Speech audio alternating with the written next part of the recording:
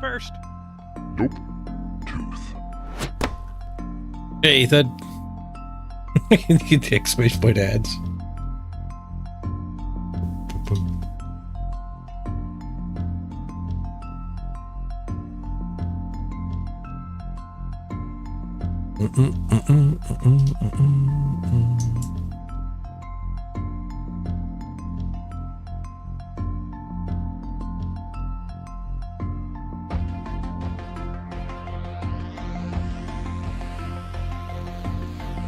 You're back.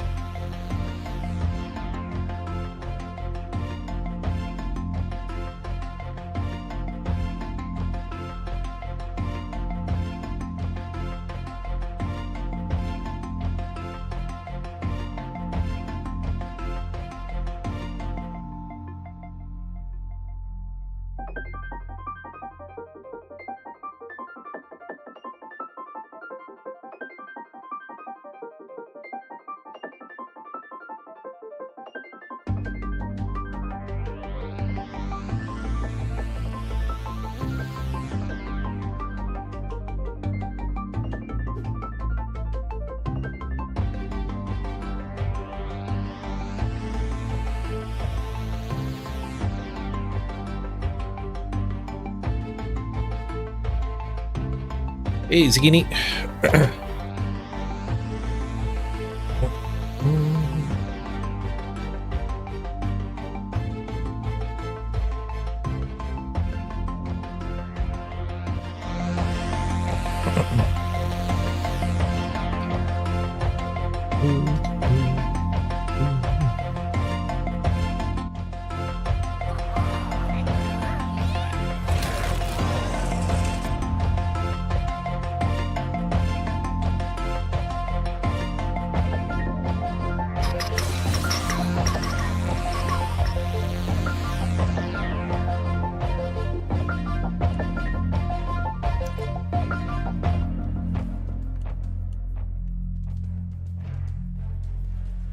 Great. Hello, everybody. Okay. We got to get something qualified. So it's the top 2 of each race, no more than 6 of any given race. And the extra 30 spots just go to the top of the ladder. I have figured that out. Our dwarves are currently in 83rd, so that definitely will not qualify. Our Necro are right behind them, though, so I think trying to get some wins on the Necro is the play. Skaven are too far behind. Welcome back, Thud. Thank you for watching those ads. It means nobody has to watch an ad when they join us for the next hour, so critical Twitch strategy to just do the big ad right ready to go live. But I'm not here anyway.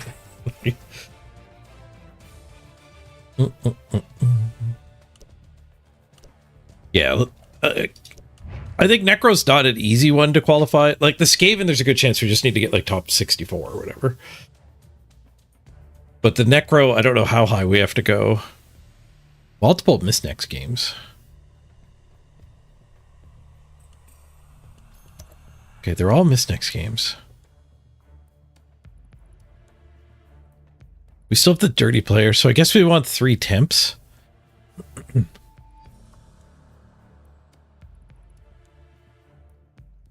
Do we just want to run loners? I don't think there's any reason to run loners.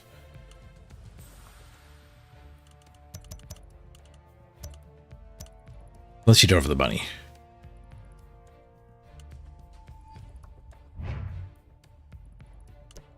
Oops. I hate how right click doesn't actually go back at that one screen.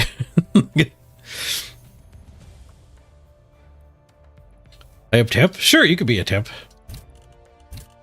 If anyone else wants to be temp, just say so in chat. You could be one of these temporary zombies.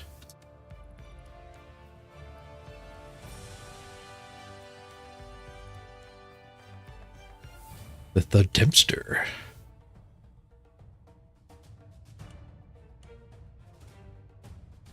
The Fun Temp. We need one more temp.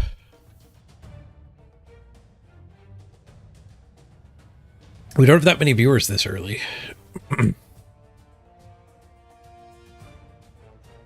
I think we do want a bench. The third one gives us a bench. Because we are still going to be fouling. Oh, Fun Flame, you already are temp. You're the fouler. You're not already a temp, you're already on the team. Zagini the temp.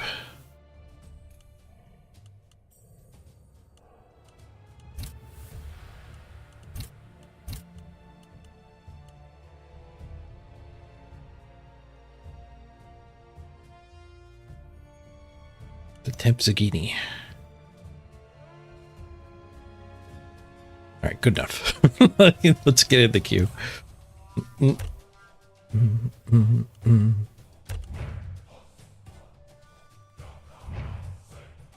We are on a nice little streak with the Necro, a no losing streak. We had a draw in that last game where we got the 3 missed X games. Probably not bad to get a draw with such a rough streak though. How many Necro are ahead of us? Let's check while we're spinning. We need to be top 6. 1, 2, 3. We got to go really high with Necro. And check Skaven at the same time. There's no Skaven basically because that was Monitor. Okay, so we we need to get 2188. We have to pass these Necros. And we're 2009. That's not that bad. Like 80 points, we can do that in half a week. But if we swap to Skaven, this is the first Skaven.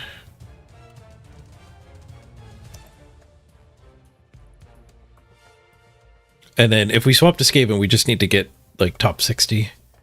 Or lower than that because there'll be an overabundance of Necro and Orc teams. That's Luck Raging again. He's got top 2 Skaven. When you take the cheaters away. Yeah, it's the same guy.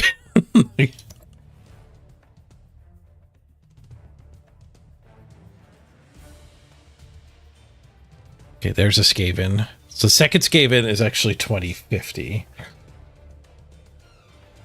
So we are looking for just top 64 Skaven by the looks of things. Unless there's a whole bunch of them all at once here. None on that page.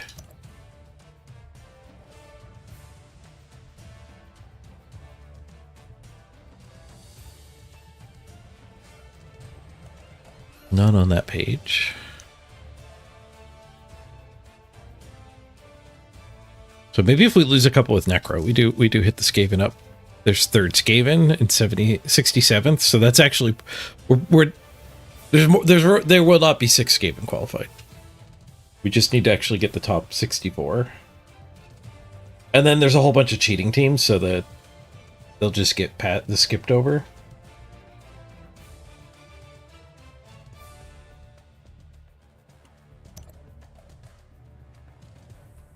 If we lose a couple Necro games, we might Skaven until we lose a couple Skaven games. Dwarves, I assume, are heavily played. Let's check the dwarf numbers.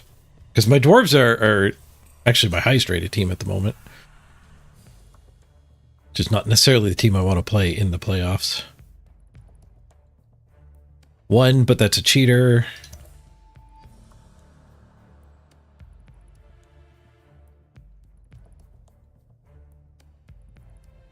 How do you cheat in Blood Bowl? 5-5 ties where not a single block was thrown. They colluded and they did it in an open public Discord that Blood Bowl admins were on, like arranged the spins or whatever. I don't know. It was on the French Blood Bowl Discord. It was a whole thing last week. So the like those guys don't get, like, their teams got deleted apparently, but they don't get removed from the leaderboard or something. I don't know. But they're not going to take the playoff spots, so they'll trickle down. I don't know who they all were either. There was like 6 of them. But there's a dwarf.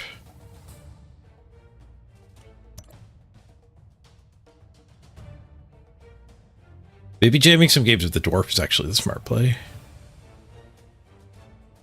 There's the cheater again. Second dwarf, third dwarf.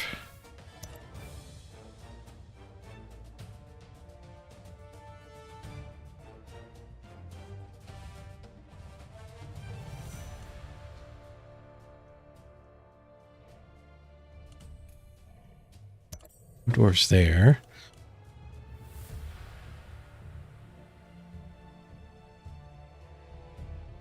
Oh, you were thinking they were cheating by having like too many stats or something, some hack.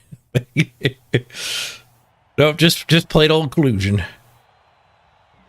right, we found a match. We don't know the dwarf situation, but Necro are what I want to play in the playoffs. No, we found some dwarves. Maybe we can kill them to make room for the dwarves.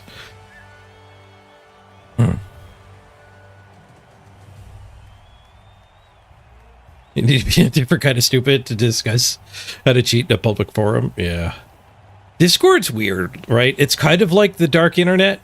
Because, like, it doesn't get hit by the Google spider and, like, search bots and stuff don't see it, but anyone can join your Discord and start reading the stuff.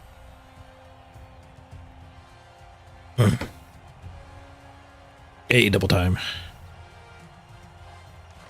All right, Necro v Dwarves does feel like a good match for sure. We're missing a bunch of our dudes. Normally we have a lot of guard.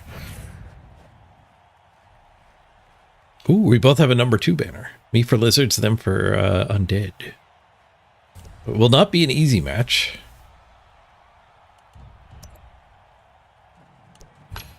Oh god, they're 1830. That bothers me so much. Like, we both have a second place finish. We should probably be roughly equivalent personal elos, but he's like 200 behind us now, so we're there's just so much more on the line for us than him. Oh, his team sucks too. He's got like no skills. All right. I don't agree with the matchmaker doing that, and we didn't spin for long, so it does seem like the matchmaker's like offsetting one of the two measures by the other. No, that doesn't make sense because I'm both higher SR and higher team value.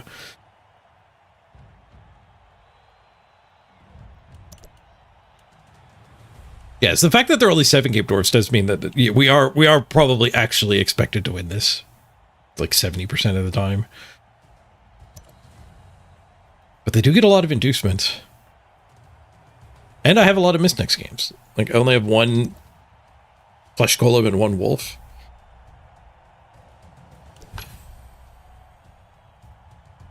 No, I've got both flesh golems, sorry. What are we we're missing ghoul. We're missing a ghoul, a wolf, and a zombie, I guess.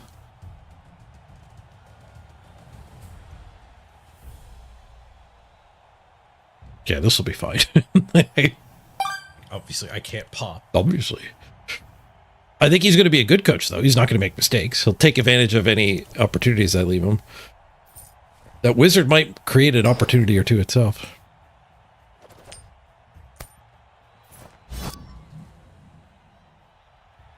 Yeah, exactly. Fun play. But Blood Bowl should actually be resistant to hacking entirely. Any game you can run server side entirely, you shouldn't really be able to hack. It's only when you start giving more information to the client's computer than is being displayed to the human that the hacks become really, really easy to write. Or trusting the client's computer on if they like landed the headshot or not. I think I'm just going to kick them the ball. I like kicking the ball against a wizard.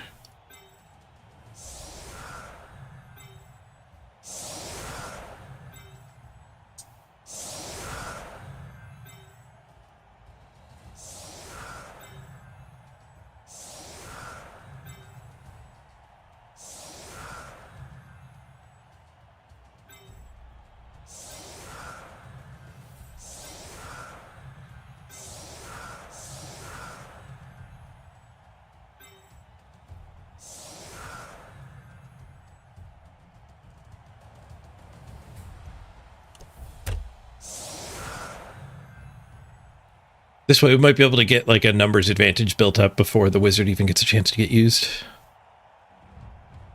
How was the goblins versus halflings? That was a lot of fun. And the teams that we had for the preview build are like, they were underdeveloped. They've actually refined them for what will be live next week. So I think goblins versus halflings is going to be a ton of fun. And it'll save the ladder from just being dwarves hunting people trying to play the new teams.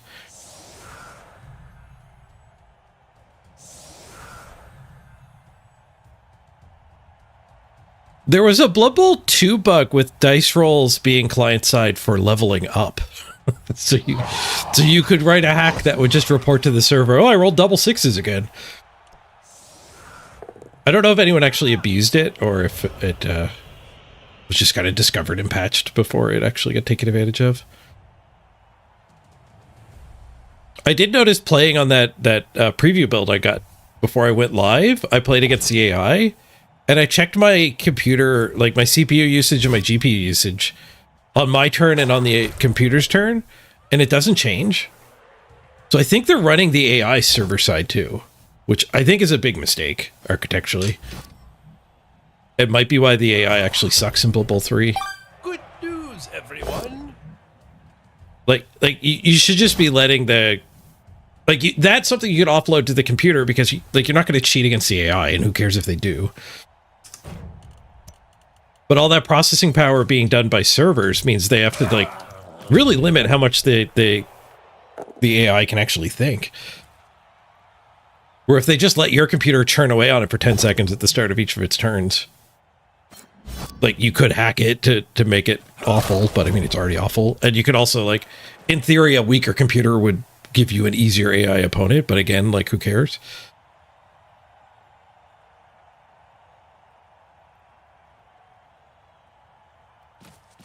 They don't even upload the main menu to the client. That's true. There's lag clicking through the menus. But the AI in particular, like, that's just like a pretty big compute workload that they're taking on their servers for no reason.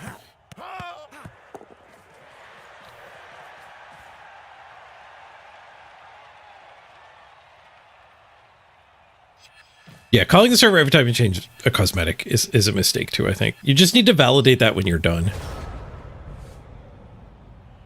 And like the theory might be like, I'm going to validate it every time you pick a cosmetic to make sure you own it.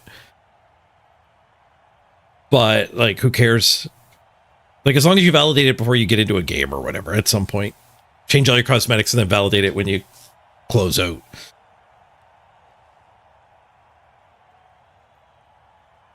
Well, the bots are attacking. The auto moderator's catching them though. Holy crap! There's like 7 of them though. Look at this. There's so many. The auto mods are catching them, but there's so many of them. 1, 2, 3, 4, 5, 6. I got hit by 6 at once. Nice. At least you guys don't see them, unless I want to make it part of the content. Local AI, you could use it offline. I think there is an offline mode too, so they even have it programmed to be able to do that, right? Because there actually is an offline mode. I guess maybe I'm wrong about the computer usage. Oh, another bot showed up.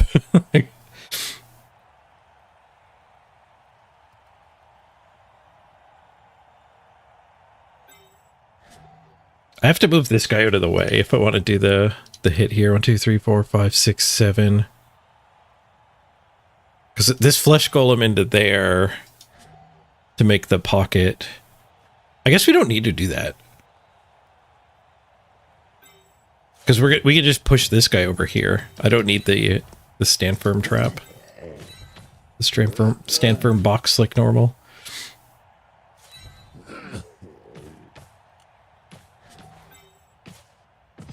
Oh, I should put somebody there, though.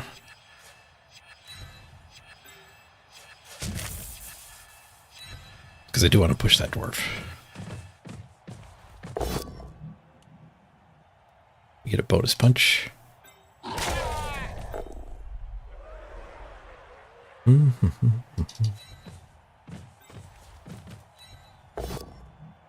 wolf is exposed, though.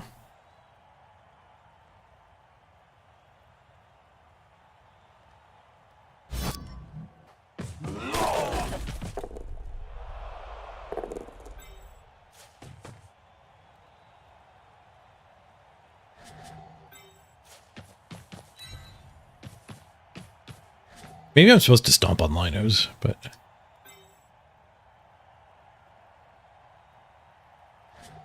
Stick him in there.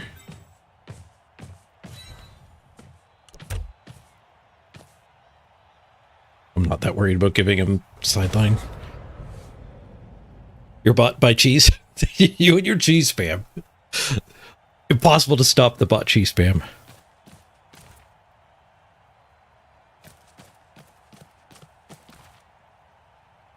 Yeah, it could be the AI just is not actually thinking that hard and it doesn't show up. To test that, I'd have to try a little experiment with the resource monitor open in offline mode and see if there was actually like 5% more CPU usage or whatever.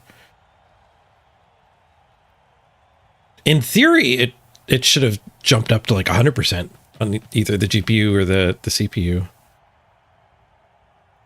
But they might actually throttle it back just so it doesn't like make your computer work too hard. Crank your fans or whatever.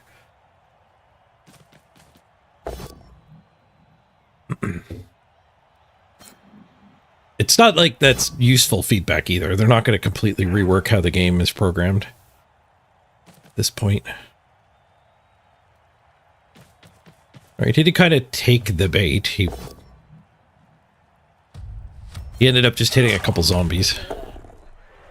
My wolf is fine. And now that he's playing the sideline too, like, I've got all the surfing skills, not him. All right, wolf into this guy would be great.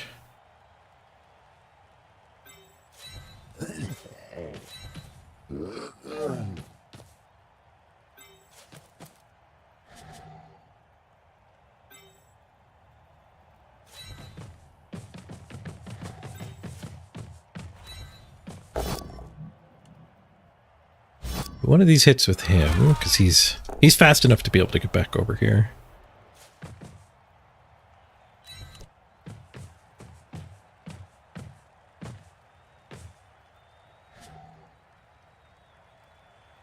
We're not going to be able to hit wolf into that guy safely. Unless we get a push. We hit here, we could shove him over and then blitz him for a retry. I kind of wanted that hit, because I don't need it. We could wolf this one and just get this guy loose so he can go support the other flesh golem, which would be pretty strong. I'm going back and forth on caring about kills or positioning, though.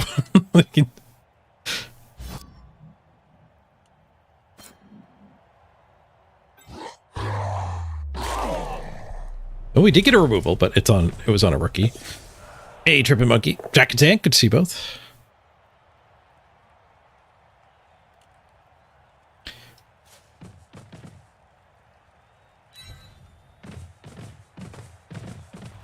Yeah, I think this guy should do a stomp.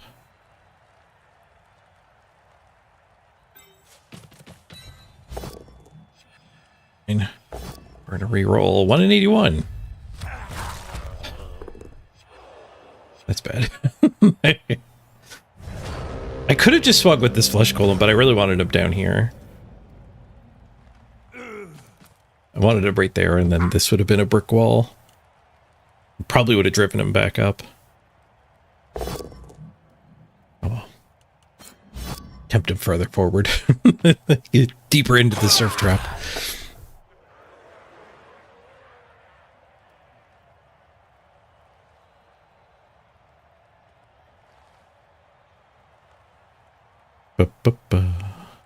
Hope I'm doing well. Not too bad. I did some yard work this afternoon and really tanked myself. I ended up sleeping for like 2 hours and never, like, I was not refreshed when I woke up after my nap. But I did get live. I'm feeling a little beat. I had a tea. I had a tea with some sugar. So I got a burst of energy here for a short stream. Oh, he won in 81s, but all that does is bonk. Well, realistically, that also means his ball is screwed, so let's go for it. Well, that looks like a frenzy trap to me. Step into my parlor. Dauntless gets him the one die. Not that trappy of a trap. He gets the dwarf loose to maybe protect the front of this area. Is the back safe? The back is pretty safe. I don't think these zombies are making a break for it. I can get this one loose, though.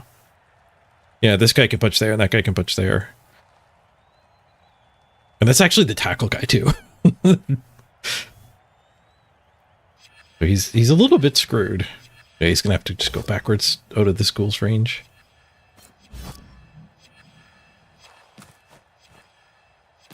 Takes down my zombie. My tackle zombie. Just a stun.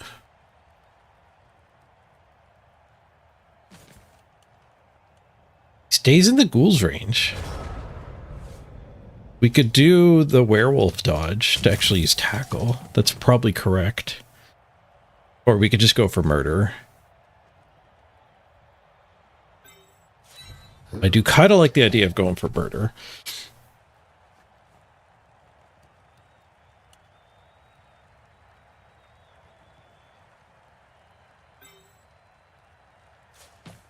This guy's stomping there. Seems like that might be a possibility.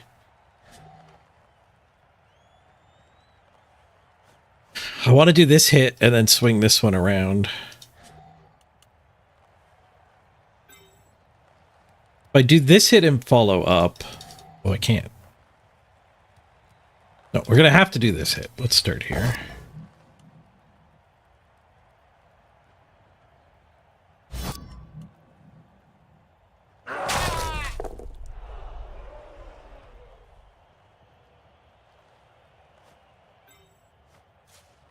Let's just get this guy back in.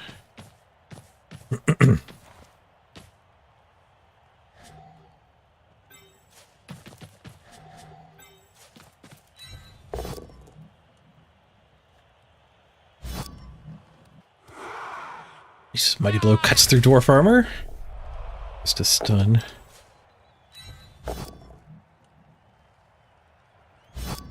Okay, so now we can blitz into the blob. And then the wolf will be able to hit the blitzer here. Let's leave my safety down here. Just a push. This guy should be up. Actually, being adjacent to this guy is great.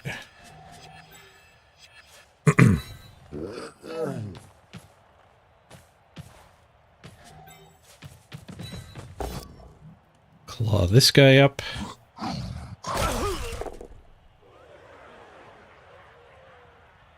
I could put him here, but he might get surfed.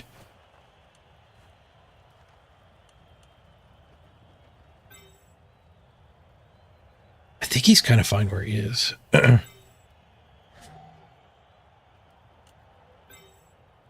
Like, if I put him here...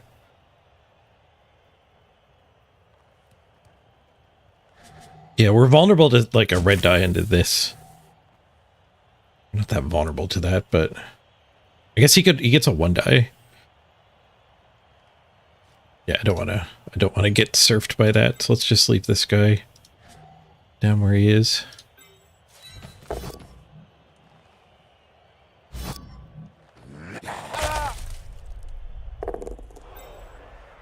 I guess I can bring him up.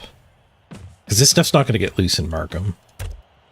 And bringing him up means we're better able to hunt when he retreats. But I think he's going to have to retreat. My potato. I guess I could have put the ghoul here. And then been able to get the wolf free. Because the wolf's the one I really want to hit. Double go for it to get us. Alright, I came too far forward. Intriguing. And a 1 die here. Die bonk. He was dreaming about good dice there. Now he's surfable. So dodge and surf. He protects. Protects from that. Wonder if there's a way to get through the top now. Ah, not with that working. I was into the bludge one too. Oh, but he has tackle on his troll slayer. Stand from that.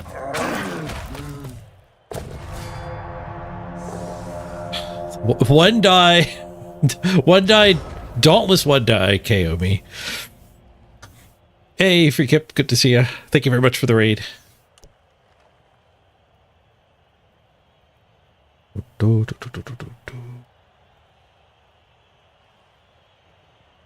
That kind of sucks. Punch here and follow up gets the guard onto those. Probably leading to this punch. Maybe this blitz and mark the ball. We could dodge and try to hit the ball again, but we might just be scaring him into the end zone.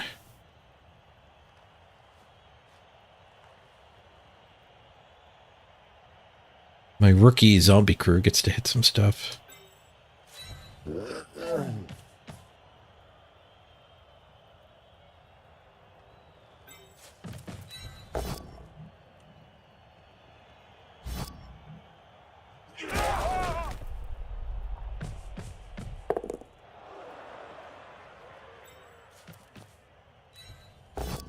haven't gotten to do a foul yet.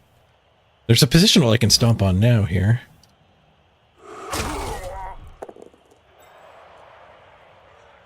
I kind of just want to bring this guy down.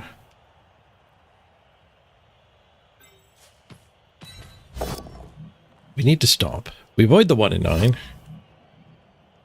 Just gonna let it be free. I'm not gonna give him a free 1 die.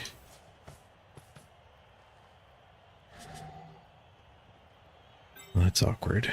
Nobody's fast enough to actually help this. We're all so slow. We'll have to do a go for it with something.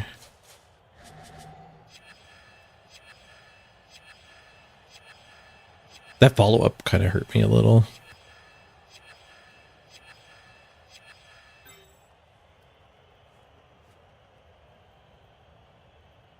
Yeah, this guy's just going to have to do is go for it.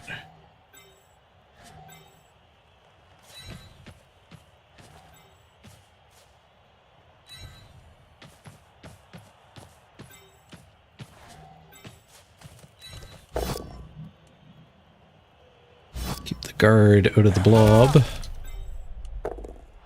No foul. We get this hit, and then we get that blitz. It is a frenzy trap by preserving the blitz. I could stand here and blitz this, but that only does anything if I'm willing to dodge, which I'm not. I'll do 2 die, 1 die to actually get the other hit. We need the 1 die. 1 die fails.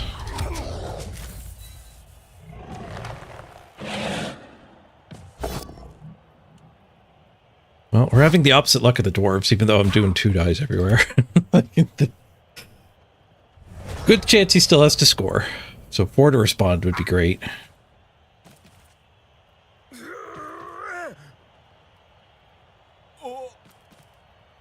Did I accidentally leave a ghost on the bench? Apparently, because I don't think that got killed and regenerated. Nope. Hey, the amazing VHS. Good to see you.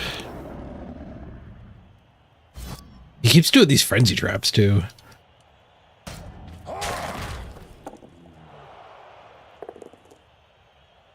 But Dwarven 1 dies are, like... They're just part of the plan. Like, they're good to do. Like... When I was new at Blood Bowl, I used to feel accomplished if I made my opponent throw 1 die hits, but when you make dwarves throw 1 die hits, you didn't win. That's a bad thing. That's good for the dwarves. It's better than having them throw a bunch of 2 die hits, but it's still like, it'd be better if they weren't throwing hits at all.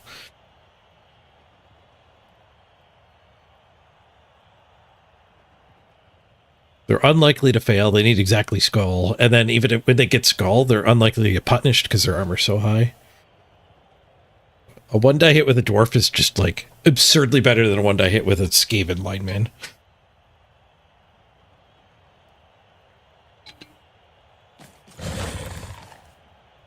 Okay, he's going to keep stalling. And doing go for it. Just a push.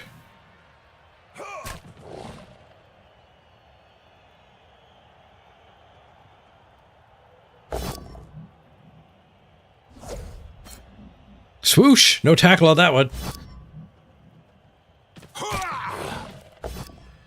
And a skull! Ben's last reroll? Okay, so this might be a time to dodge and surf.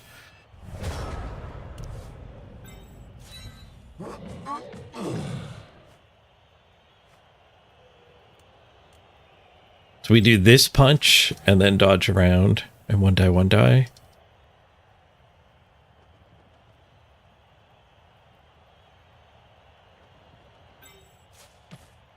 There's no way that's worthwhile. I need to use him for this hit. We could swing here and get this guy loose. Not true.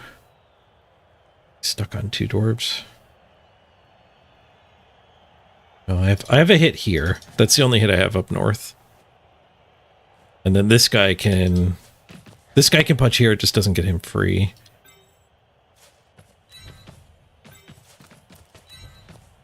So we'll take this mighty blow hit.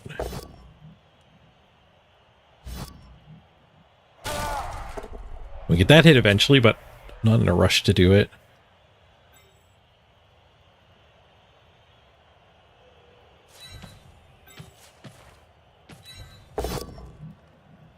Just a push. I don't think I spend the reroll there.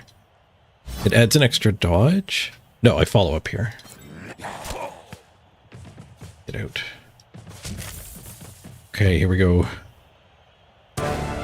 How are our one dies? Dodge is good. Pal. I guess POW is still good, but you know. If you want to roll a POW, just loudly declare your intent to surf. I mean, we got the KO, so that's better than a surf anyway. I think we just swing and follow up to get that marked. I don't think I need to get the ball right now.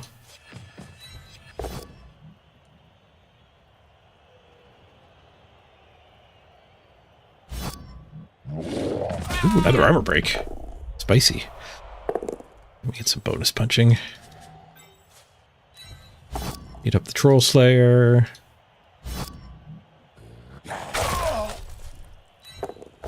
Zombie beat up the Blitzer. Nope. Just leave that.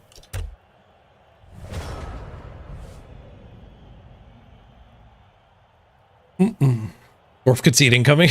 I mean, I'll take it at this point in the season. We're just trying to get qualified, so we just need the, Ooh, a dice skull. We just need the SR. We don't care about progression. He does have a wizard in his back pocket, so the game's not actually that close to being over. 13, 14, 15, 16? I actually have enough movement to score on this guy. Werewolves are nuts.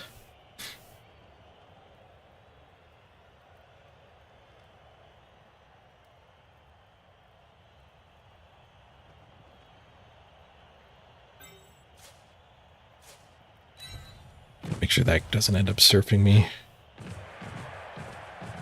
We don't even need to go for it.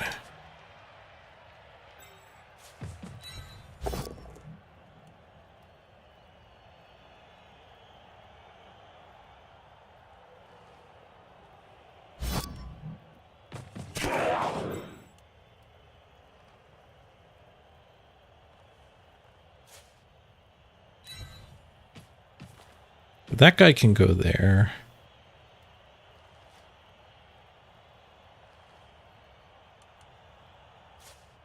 Put him there. No, I guess we want him up here. No, I should have had that guy covered. This is the opposite of making sure that guy doesn't surf me.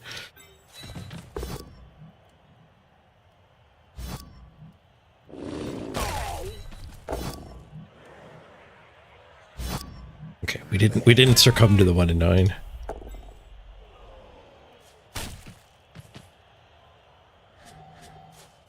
Wanted to go there to make his frenzy a trap, but keep the siege. Nice. Dirty player gets him. He's not surfing anybody. Sweet. Sneaky get keeps him from getting caught too. Man, sneaky get dirty player is so good. For like every team in the game. Just leave all these guys, their one dies. Fireball? Yeah. 1 injury, 1 KO. No regen. What happened to him? Miss next game? Jeez. It's a nice fireball. That might keep him in the game. God damn it. A hell of a fireball.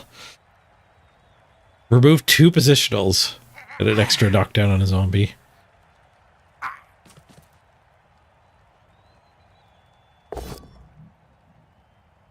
Still, tying his drive and using up the wizard is fine.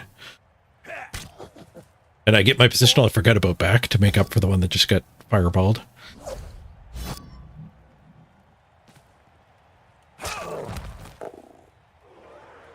I want to be able to turn this thick skull skill off next season. He does have a scoring threat.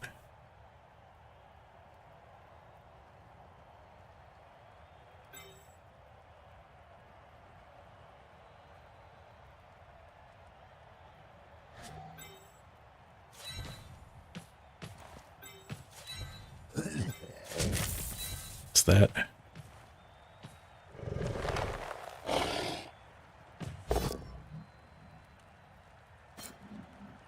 Just a push.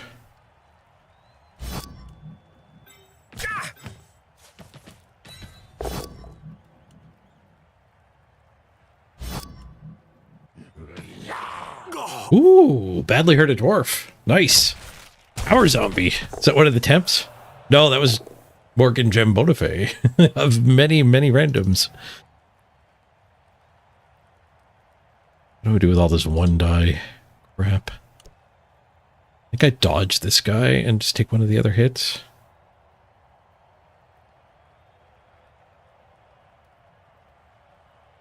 I guess this push would give me a 2 die. Oh, we got the POW.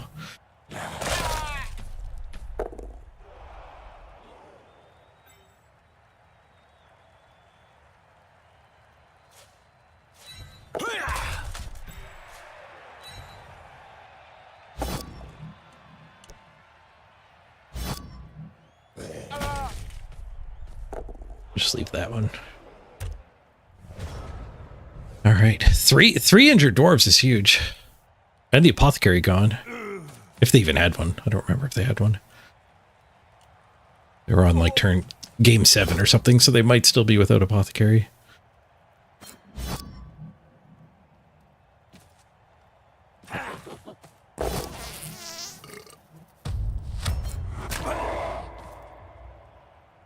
Do we get to surf this guy? I think we get to surf this guy. Oh, he's going for the touchdown with him. Throws the ball sideways. Like the... All right, let's surf this guy.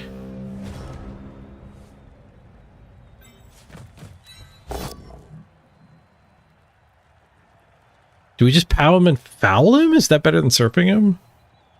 Because the dirty player's the one doing the blitz here. That's a tough call. I think we foul him.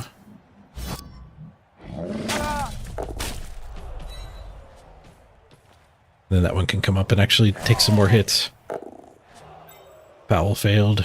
Oh, it's a go for it to take an extra hit.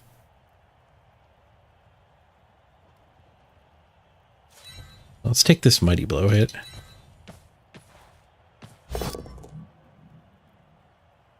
Oops, I thought that was a 2 die, but mistake.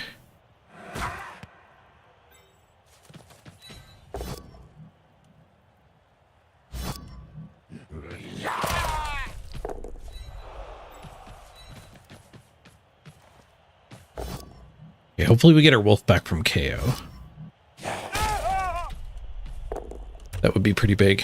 I'm not going to do the 1 die without block into a dwarf. His KO stayed out. Nice. We didn't get the wolf, but we got the flesh golem back. I'll take it. And we get the ghost I forgot to play. So we've got 3 positionals. Actually 4 if you count the ghoul, which you probably do. So 8 dwarves left. 2 level ups on the 8 dwarves left. We have a priority target. Surround that guy in flesh golems.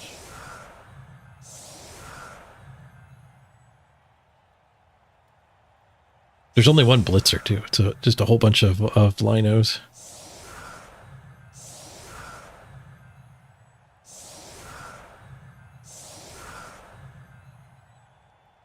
Blitz and foul that guy. Seems like a good idea.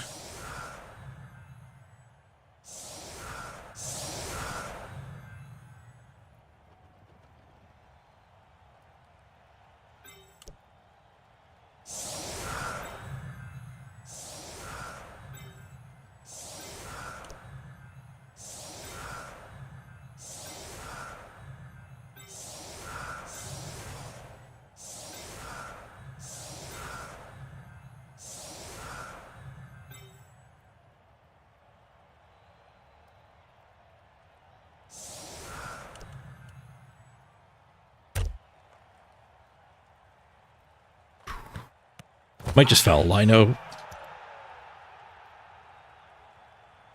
My aggressive zombies can get solid defense here now. Where's the other wolf? Missed next game. We have 3 missed next games this match. Which I think is a big part of why we're playing against a 7-game team. When our team is normally at the team value cap. You think we're 50k short of the team value cap?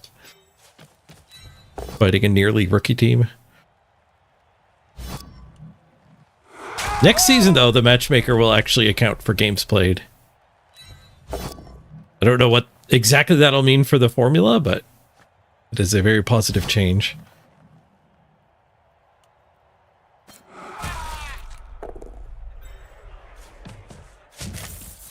This isn't going to be a very good foul. Especially because we didn't knock him down.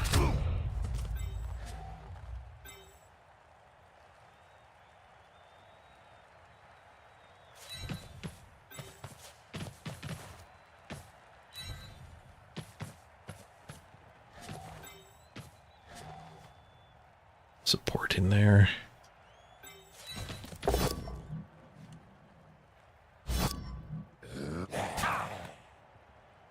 So we have no assists on any of the fouls at the moment. I don't know if I want to commit. I don't think I want to commit anything else in for that either.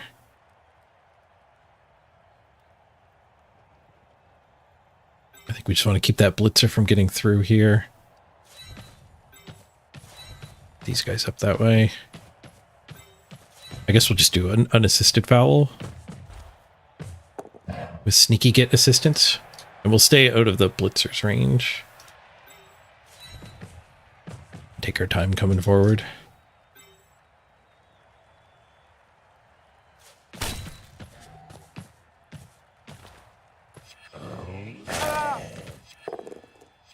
Didn't get through the armor.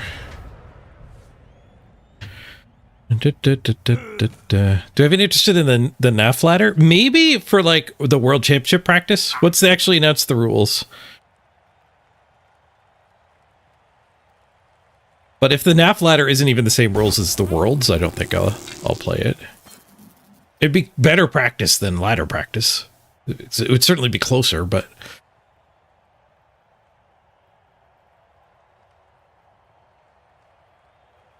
I would like to actually use the World's rule set. It would be a good idea to integrate that into part of my stream. Like maybe not half and half, ladder and practice, but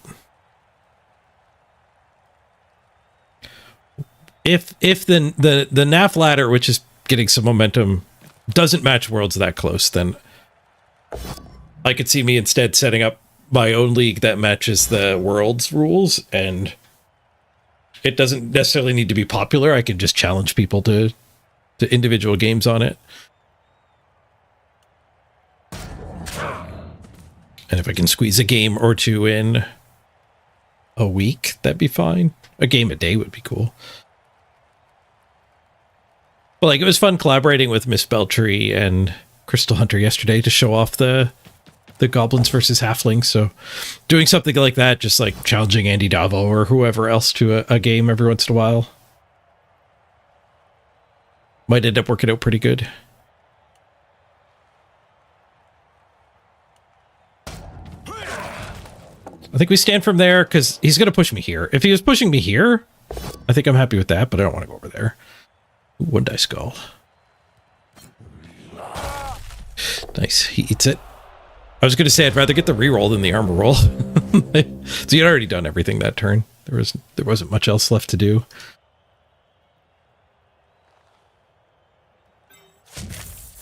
Hit his one good guy here again, I think.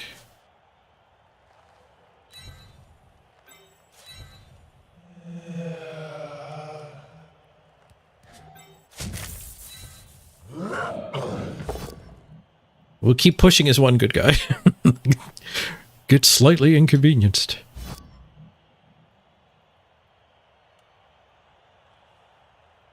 I don't think I follow him.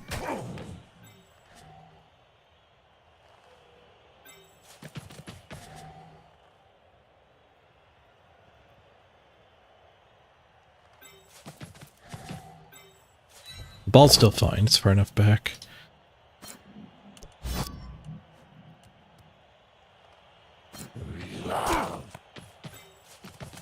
No foul this turn.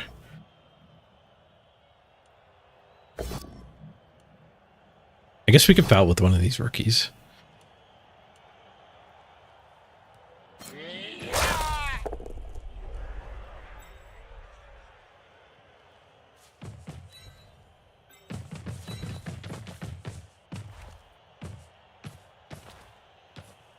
I kind of like this stuff coming down and fouling. If we hit here, though, I can get a zombie on his good player.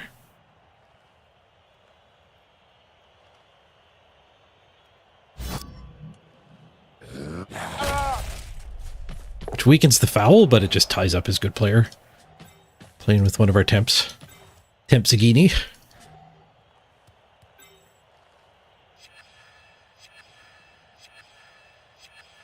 I don't think I want to take that one, though. That's just giving him a free one die.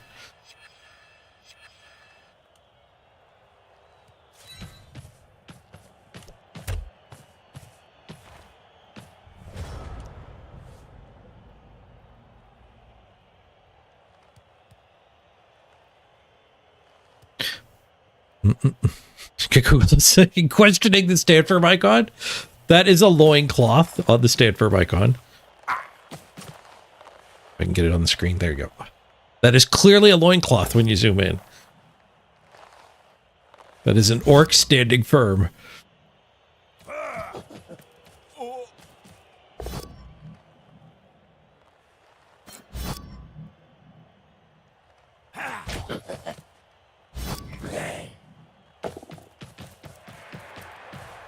A couple guys on the ghoul. That's fine.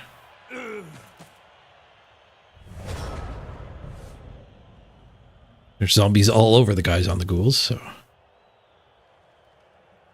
right, he got that guy free. He shoved the zombie off on a different dwarf. A less influential dwarf.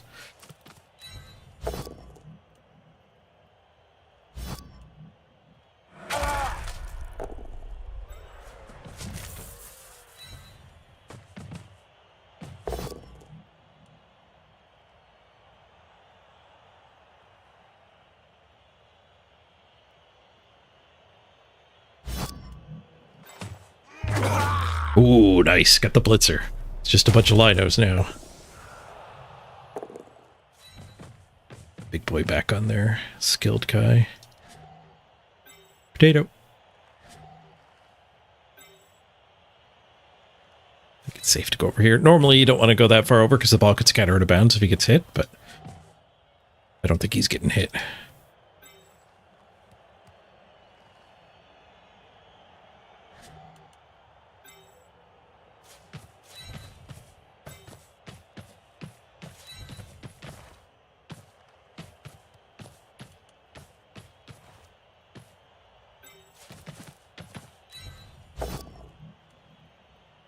That guy in the guard blob.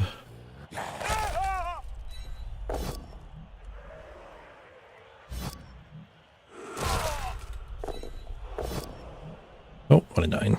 Down we go.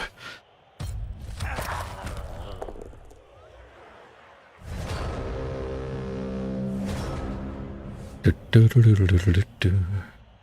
is cool to hear that that NAF ladder is picking up some traction, though. A lot of people seem to much prefer that style of Blood Bowl. Personally, one of the big draws for Blood Bowl for me is the progression. The fun of leveling up a team is one of the big draws that keeps me playing Blood Bowl. Ooh, foul appearance.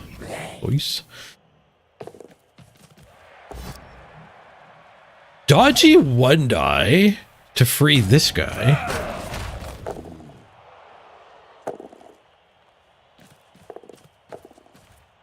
And he can tag the ghoul.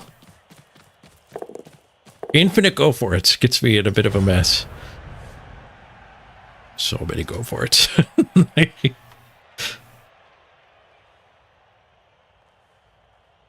Ooh. And now we're too far over. The ball could scatter out of bounds in the case of extreme disaster. We do get to surf this guy, though. At least we got that going for us. We could do 2 go for it and then just punch him. It's probably the play. Surf this guy first. Just declare you're dead to surf. You'll get a POW. Never fails.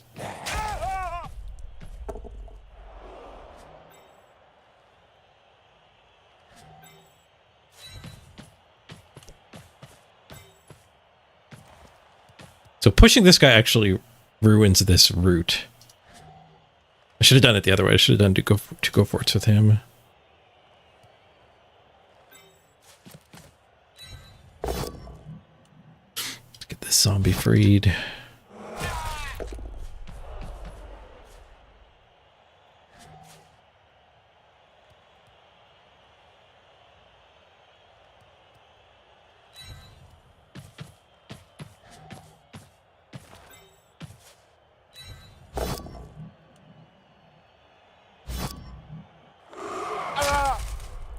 Slice. Alright, carefuling. We've got 1 reroll and 2 go for it's needed. Nice. We should have been farther up just so I could push this guy's body to a better spot. I should be able to pace him laterally though.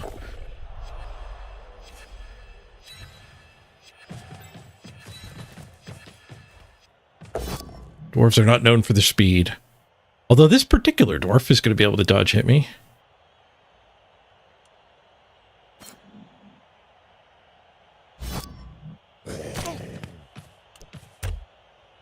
Now the ball can't go out of bounds at least.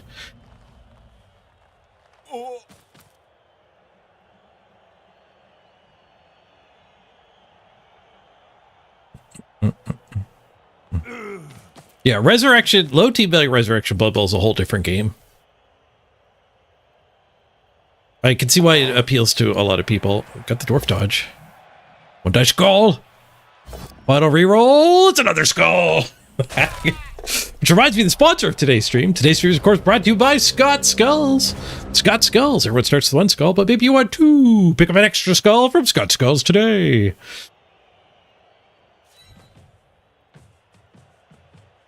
Keep on stalling.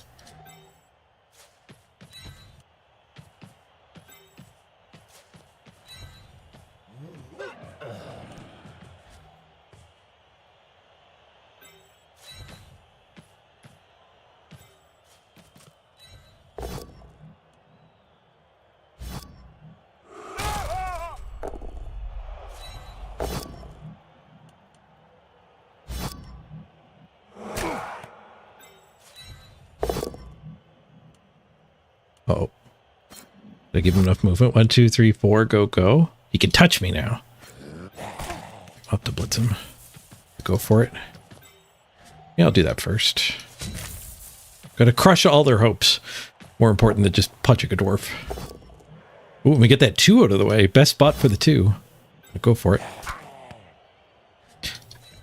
Yeah, what I was saying about the NAF stuff when I got interrupted by skulls was it's just a whole different type of game, and I could see it be more appealing in the way like playing Blood Bowl as a chess game. But you completely lose the fun of leveling up, like the whole like RPG MMO aspect, which I think was a big part of why I got hooked on Blood Bowl. Like the fun of leveling up teams, just what could happen.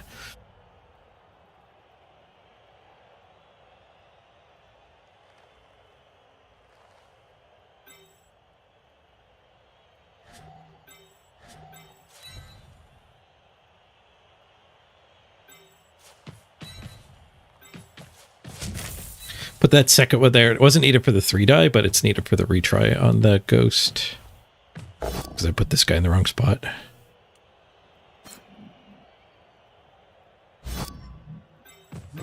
Should we foul or take mercy?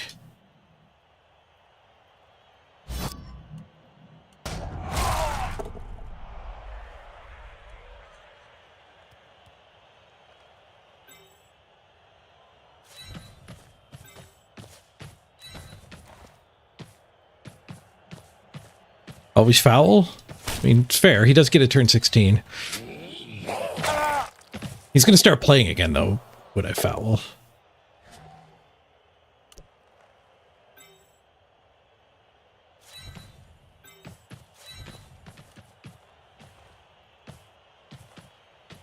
But he might have started playing again anyway. Just punching might have been enough to make him start playing again. No, he's had enough. Not 1 and 9. Sure. I don't think I'll need a reroll to score, but save it.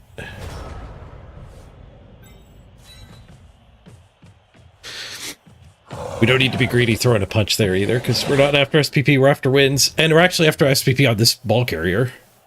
My underdeveloped ball carrier doesn't need SPP.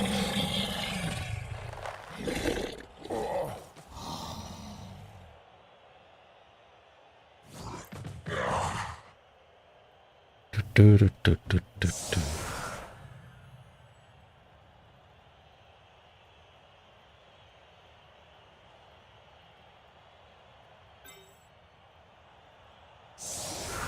the temps up. Got our wolf back. So we got everything back. We're back up to 11.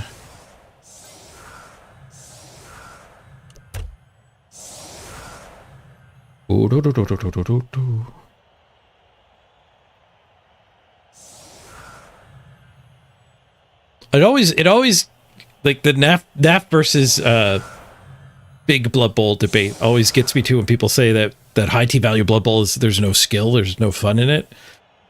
Because to me that was the fun. How do you build the best big team? But I think the argument that the low T value people make is it's just removal based. But to me that Blood Bowl was removal based. That's the whole point of the game.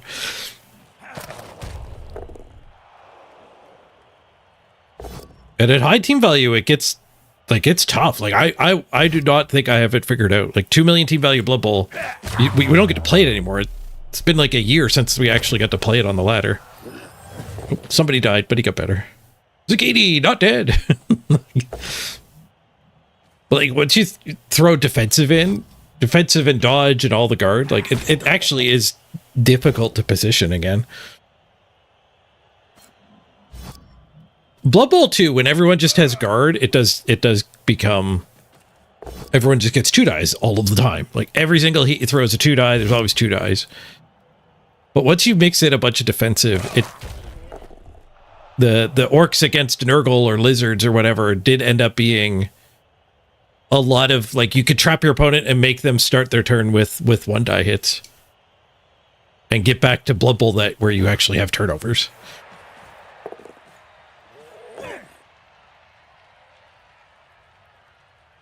Which I think is the fun part of Blood Bowl. Like I think that's why people like the low team value stuff. There's still turnovers at low team value. Like, half of your team has block, not your entire team.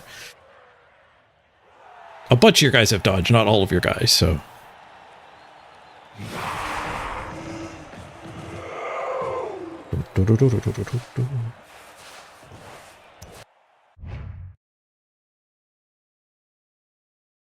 There's something beautiful about all the injured dwarves.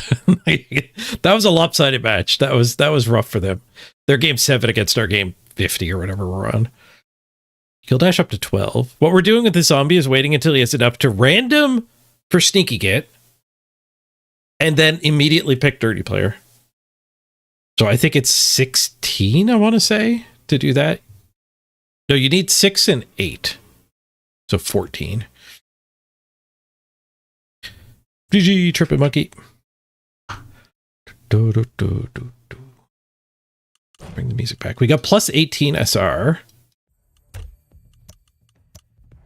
That's not bad, but yeah, that's what I was a little dejected by at the start of the game, was the being 200 SR ahead and finding the game fairly quickly. And our opponent having a number 2 logo. So we're like, our coach skill is presumably equivalent, but the ELO exchange was very skewed in his favor. Yeah, like I won 18 on my win and instead of 32, so like half what we should have gotten. But presumably he would have stolen quite a bit if he won. So the ELO needs to be, for the ELO to work mathematically the way it was designed, it needs to be by the human being, not the team.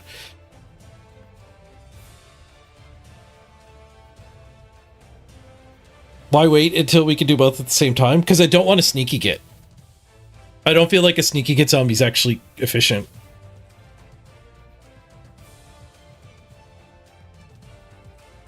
It does it, and also I don't want to level the zombies.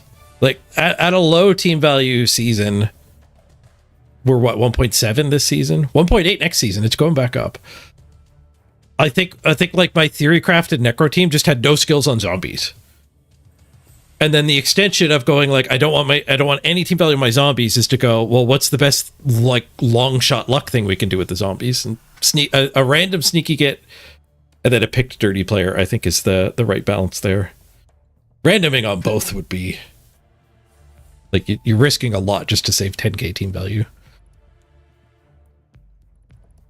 But you are right, like by not doing the random early, we're wasting the deeper development.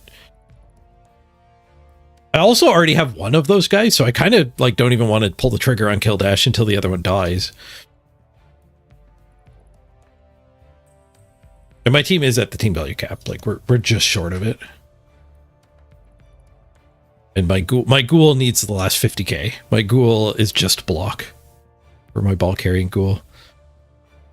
Banana numbers, he was 10 for 10. Good dwarves do a lot of go for it. We were 4 for 4. Nobody failed to go for it. We got a lot of SPP against dwarves. Ooh, the Quanta I think can actually level, unless we want a stat. Do we want sure hands? That is kind of a thing we could delay until playoffs starts, because we might want sure hands if we're up against strip ball.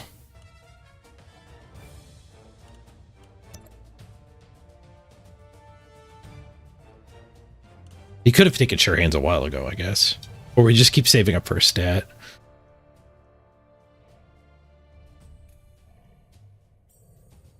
Mm-hmm. The claw nerf and the piling on nerf made it so removals are not really as present as they were in Blood Bowl 2. Like high team value Blood Bowl and Blood Bowl 3 is not nearly as deadly. I remember leveling chaos teams and being like, getting a claw mighty blow guy and being disappointed with how the games are going and just like telling myself and the viewers, like, once we get piling on, that's when we start killing things. Like, piling on was the best kill skill, and it just got deleted. Like, pile driver is different enough. You shouldn't even call it nerfed piling on. Like, it's a whole different skill. Like, it doesn't use your claw and mighty blow. And you can get caught with it. It's just awful.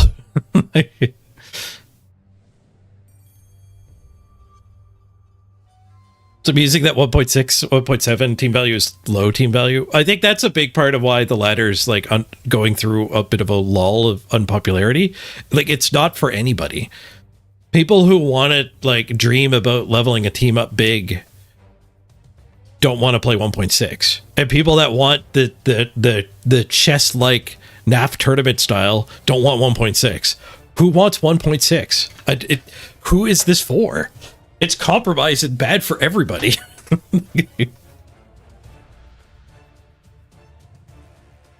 1.1 or 1.2 doesn't count the skills. Yeah, so there's probably another like 100k. But even still, that's like 1.3, 1.4. Is what most NAF tournaments would be at. The other big thing about NAF stuff is the tiering of the teams, like the tournament organizer rebalancing Blood Bowl by giving extra skills to the bad teams.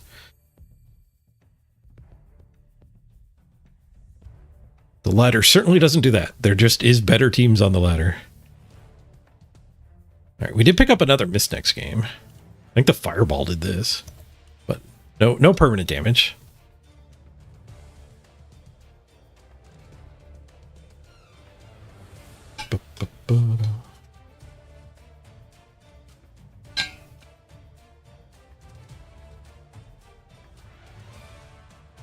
I think we can get a level here now.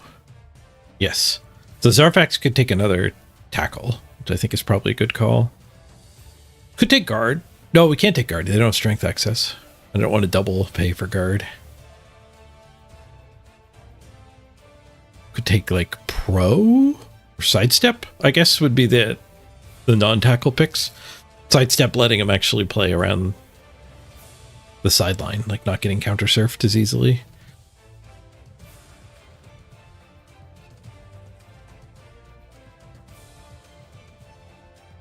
You heard Andy Davo say that they should offer incentives to play the least popular teams. I kind of like that's a trick that free-to-play games do to turn you into the product. Like Hearthstone will give you a quest to play Rogue or Paladin, right? And maybe you have a bunch of mage cards and Druid's your second best, and now you get a daily quest. You have to go play Rogue. So you throw together the best Rogue deck you can, and you just like you are now the product for your opponent while you're playing 7 games to get 2 wins, right? And your opponent doesn't realize that you're playing like a half-baked Rogue deck. So you're making the free-to-play game more fun by forcing people to play their off race.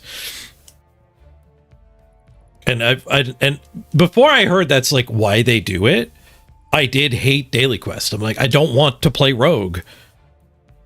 I want to play Mage. Why are you making me play Rogue? And it felt like a chore or whatever, instead of having fun playing a video game. And then I found out that they're doing it on purpose. They're making you do the thing you don't want to do because you'll do it worse, and somebody else gets to beat you. So they could bring that to Blood Bowl. I wouldn't be excited about it because I hate daily quests, but they are actually bringing weekly quests. So if they implement weekly quests, your weekly quest is to get 2 wins with OWA, you'll know that Andy Davo got his way. The Hearthstone let you reroll quests, so I would actually like. You could store 3 dailies. You got 1 daily a day. You could store up to 3, and you could reroll once a day. So I would just stubbornly not do the things I didn't want to do and just reroll until I get the stuff I was doing anyway. You used to love One Turn Hunter back in the day? Yeah. I definitely had the Hunter deck put together. I did not mind the Hunter daily quests. I think we'll skip Sure Hands and go straight for... No, you know what? Sure Hands makes us win these last stretch of games more. Because I am a 2 reroll build. Yeah, we should take Sure Hands. I think like going into playoffs, I'd like to have the decision if there's no strip ball, being able to avoid Sure Hands. But actually in playoffs, because we're still low reroll count in playoffs, we probably just need the Sure Hands. And hopefully while we're qualifying, we'll get enough for a stat. He's got a ways to go though. Needs 19. Just over 6 touchdowns. No, if our opponents don't concede, that will probably happen. And we get rid of our temps. Thank you for your services, temps. Zucchini got a nice dead regeneration there. Thank you, Funflame. Keep your guys' resumes on file in case we need another temp. Thank you, Thud. Leroy Jenkins was your first legendary? Nice. Very good card for the Hunter deck. Or the Rogue deck. You can actually go back and play Classic Hearthstone. There is a ladder set up for first set Hearthstone. Just the first set. All the cards are de-nerfed back to what they were back when the game first came out. Actually had kind of fun playing it. Yeah. Yeah. I don't know, like that was like a year and a half ago where I played it, so they might have tweaked it. Like maybe it's the first couple sets now. I'd like to think they just left it as the pure original Hearthstone. But you can go play like one turn Miracle Rogue. No, it wasn't one turn Rogue. It was Miracle Rogue. That's what it was called.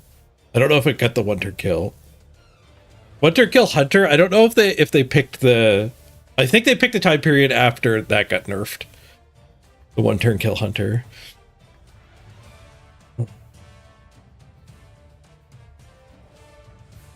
Doubles Point was top 4 teams are the same. Well, that won't change. If you incentivize people to play the other races, that won't change. The top 4 are just going to always be a mix of the best teams.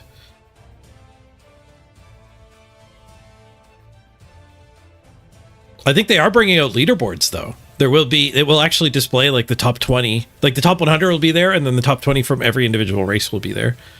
So that actually is encouragement to go see how many leaderboards you can get on, or can you be number 1 in your favorite team, Lizards or whatever. How high can Sky Blue Monty get on the Halfling leaderboard? I hope Monty comes back. I don't know if he knows that the Halflings have been announced already. Oh, I needed one of those temps. God damn it. I have another miss next game. Let's bring back Temp Zucchini. Wasting a bit of money. Temp Zucchini because he regenerated from death. He earned a spot.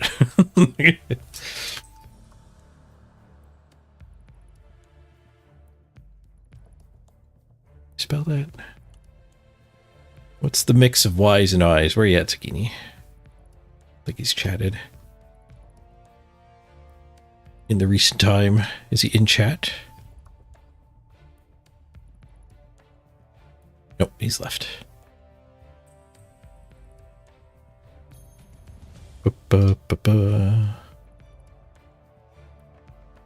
It is GGYNY. Yep, I had it right. Should have trusted myself. You are here. Why weren't you in my chatter list? Oh, maybe you get separated out as a moderator. You do. Yeah. You are not in the whole list of users. You're up on top as the moderator. When I scrolled down here, you weren't there. But don't worry, I figured out how to spell your name.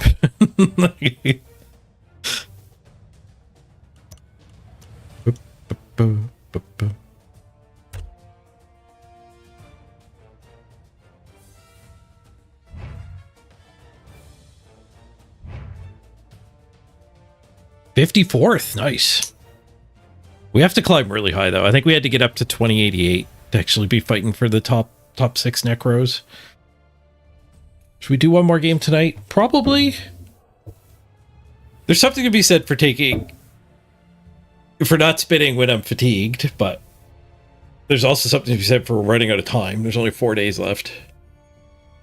So I think we got to do one more. The top of the queue. I'm going to run a quick ad break, run to the bathroom, and we'll see if we can get one more win here. Be right back, everybody. Freedom to the overlay.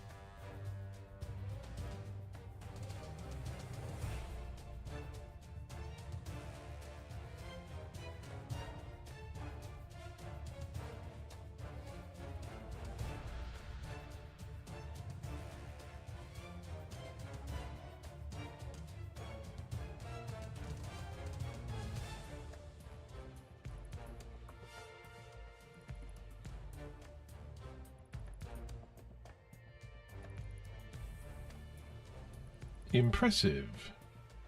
Most impressive.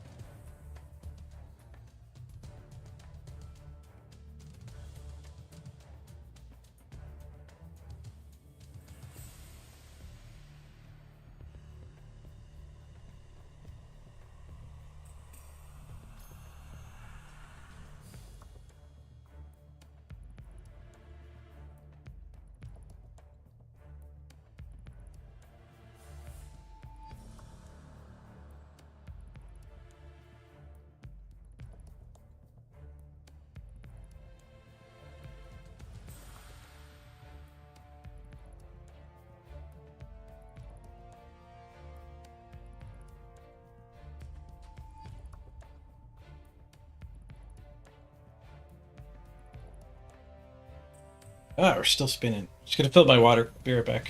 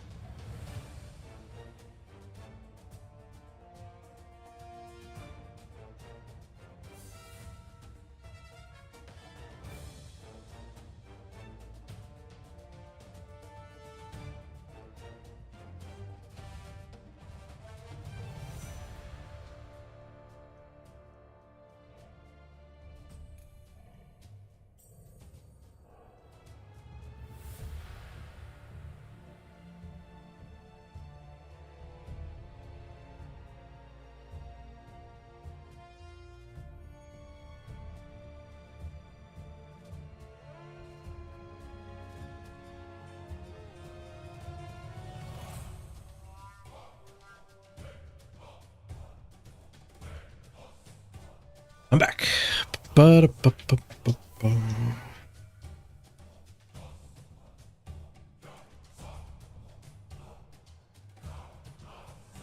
Do we have any other low-hanging fruit as far as level ups go? Well, I didn't pick anything on Zarfax. I just stopped thinking about it.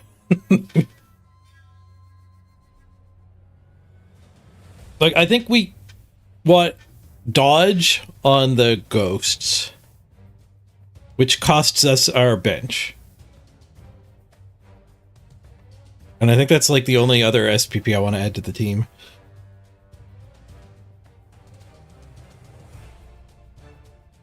Like, dodge on the other flesh golem would be fine too. Tackle on the bludge firm flesh golem. He's getting close to that. Diving tackle on the bludge firm flesh golem. That'd be a powerful tool. I don't want anything else on this ghoul. He's going to end up having to take armor, though, probably, if he steals an MVP. Yeah, so realistically, the team's going to end up with a couple armors. Probably having to fire the fun zombie.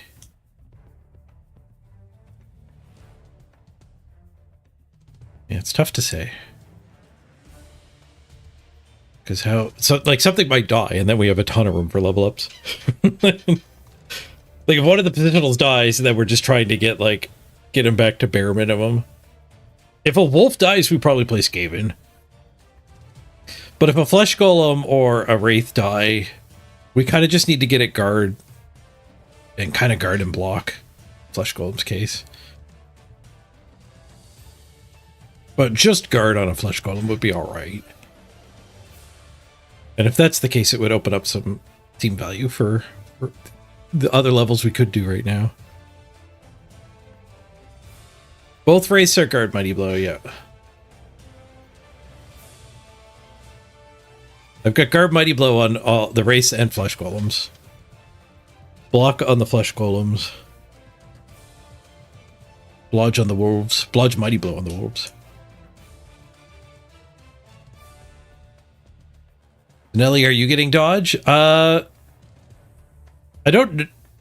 Like, you're very far away from it SPP-wise, so you probably won't get the option. More likely, it would be dodge on one or both of the ghosts. But that's where I'd like to spend... Like, we have 50k more team value to spend, and I think we want to spend it on, like, 2 more dodges on the positionals. So it's a race for you or Zofiana to actually get enough SPP for it. It also depends how much we get on Quanta, because if Quanta rolls plus agility, that eats up 40k.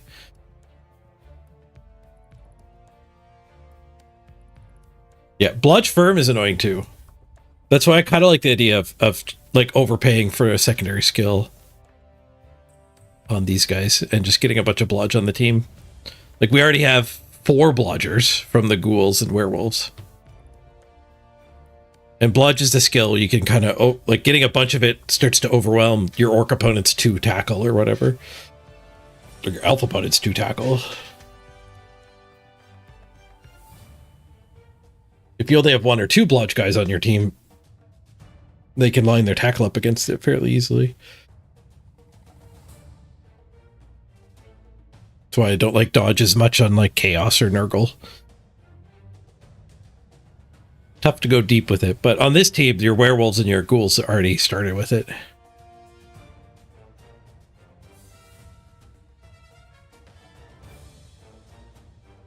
Bludge Sauruses on a lizard team? Maybe that's what we'll do next season. Back up to 1.8, I might do Chaos again. 1.8 might be high enough for a nice, scary Chaos team. What do I have currently for Chaos teams? Wolves don't start with dodge, but they get it as a primary skill, and it's pretty important, I think. It's natural to take it. You get up to 4 pretty easily.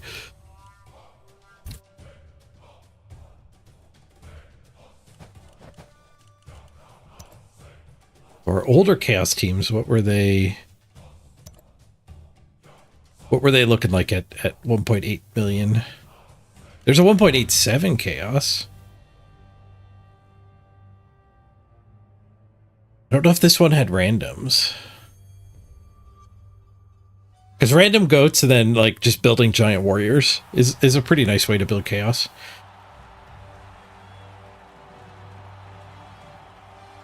Alright, we found an opponent.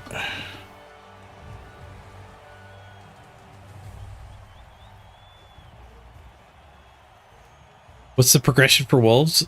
I do block first. Block. I think one of them went mighty blow and dodge, and then the other one went dodge and mighty blow.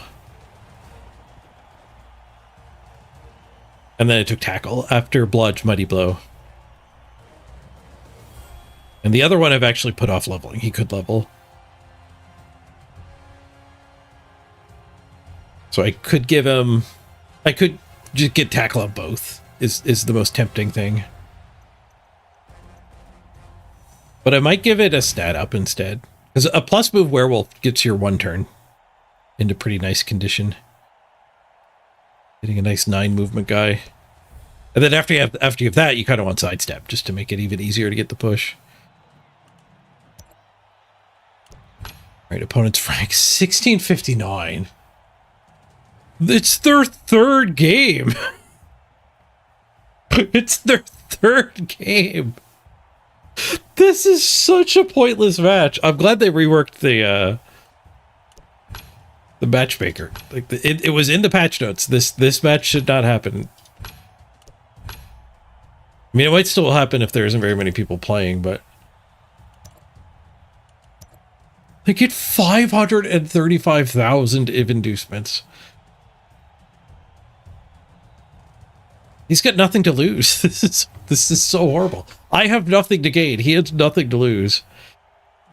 But also very little to gain. It's not really fun for either of us. You can dream crush from his side.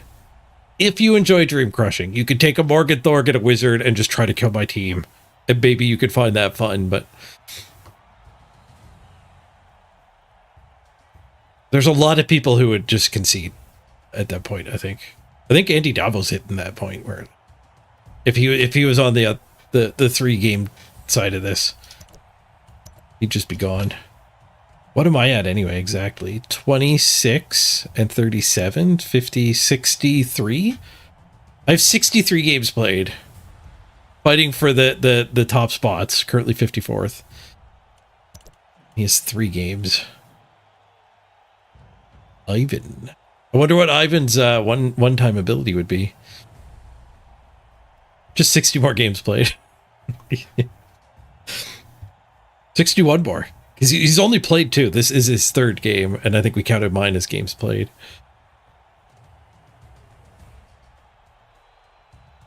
Alright, he didn't Morgenthorg. He did Wizard, though. Scroll half height and Ivan the animal.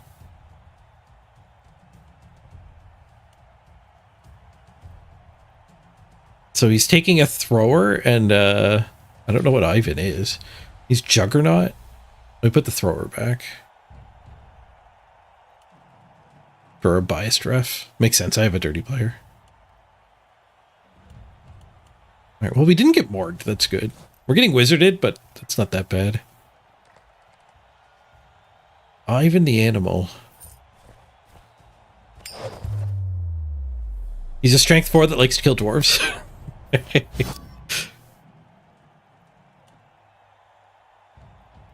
Alright, against a wizard, we're going to kick the ball again. He's got a gigantic bench.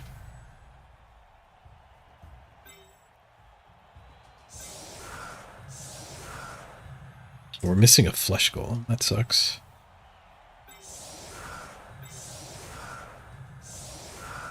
I have no bench. I do have a bench. I have too many guys on the field. We'll bench our ball carrier.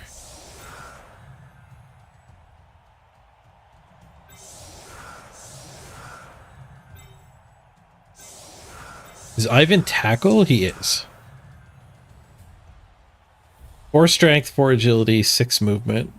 Juggernaut, strip ball, disturbing presence, block, tackle.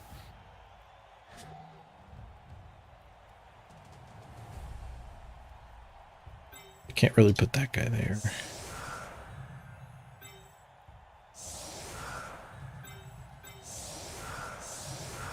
Bad. Strange formation.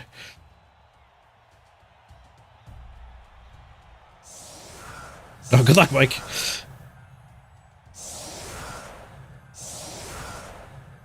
Oh, Morgenthor can't take it can't be picked by undead.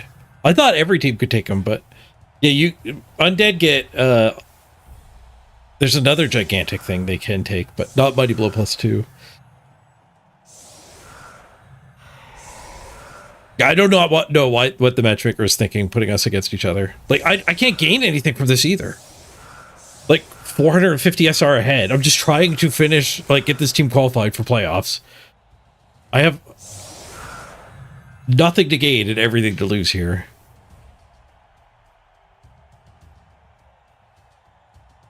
This is just a like epic fail on the matchmaker side.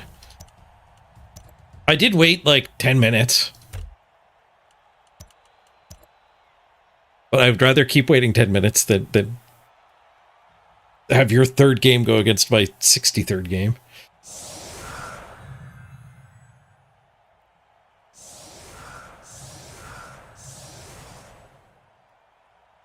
Is it Romtut is the Morgenthorg equivalent? Is it like a 6 strength mummy?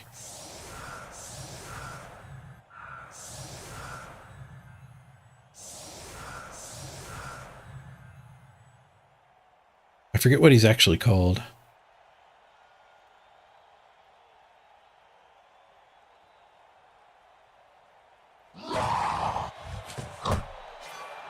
Ooh, solid defense. Move 6. And a short kick too. I mean, it might end up being a touchback, so not necessarily great.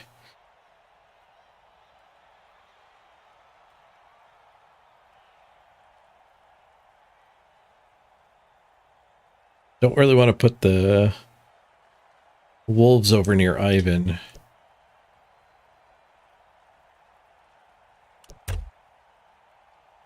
We can do like this.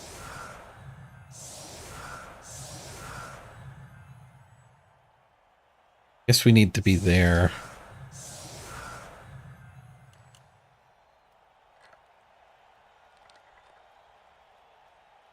Put that guy in there, maybe.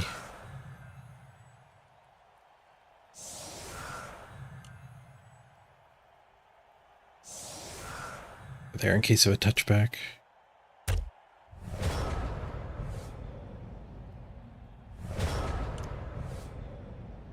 Right, not a touchback.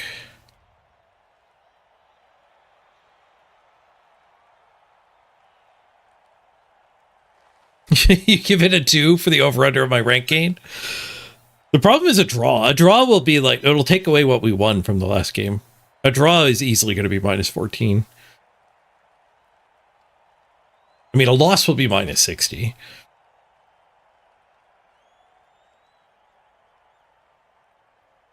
If we lose this game, we probably go play Skaven.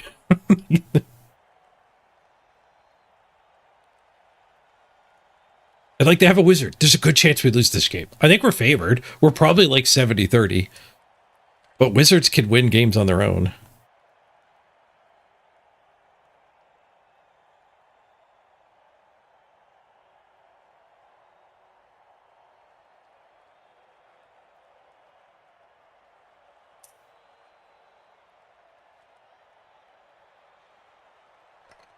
I got this. Thanks, Jeff.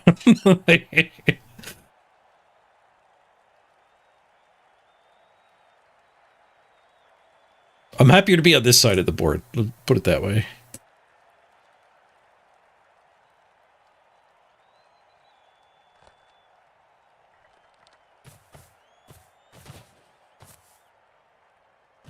I can't remember the last time I had a match where the team value difference was 500,000 too.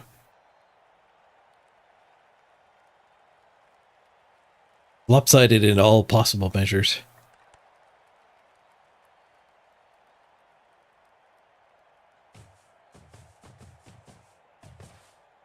I guess part of the problem with that is there's no incentive to play when you are high on the ladder. A lot of games they'll do rating decay. If you don't play at least a game every other day, then you lose 20 SR type of thing.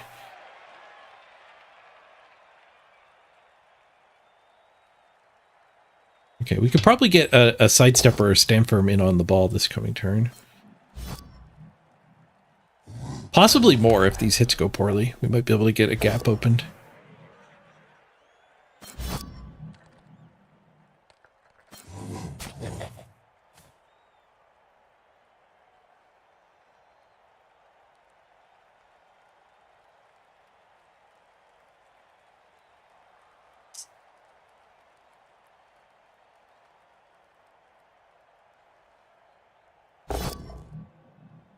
In 9.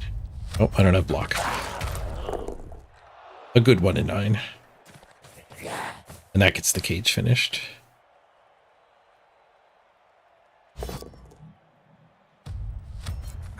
Successful 1 die. Didn't break armor on any of those hits, though.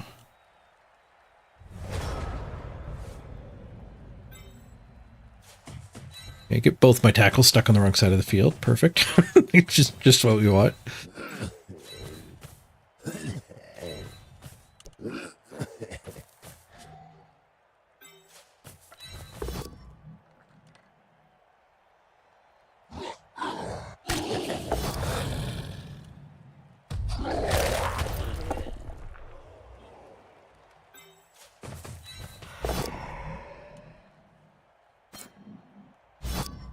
Okay, so we can wolf this guy that way.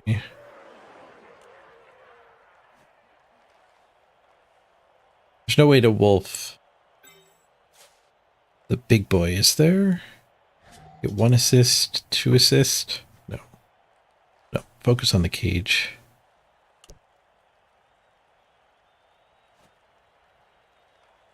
There won't be a decent foul, so let's just bring the dirty player in.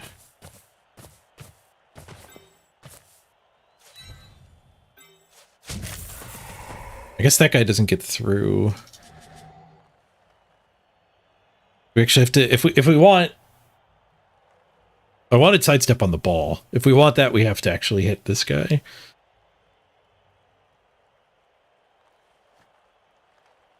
Like, probably just blitz with this too, because it's a frenzy trap.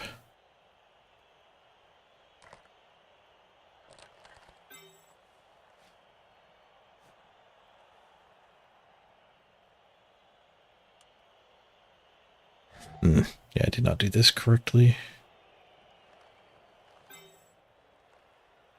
Do I have the movement for this? Yeah, but it's still a frenzy trap. Alright, let's just do it this way. Shift to gears partway through. I guess that's part of playing with brain fatigue, is I just gotta be... I can't be too proud.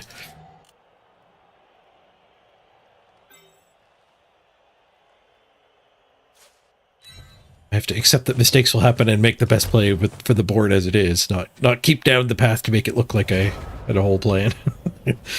That's a mistake I've seen people actually make, like play Magic Gathering tournaments. Continuing down the wrong path just to save face.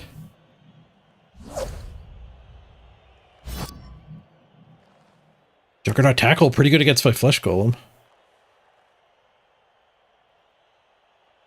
Not blitzing here means he does have to dodge from the ghost.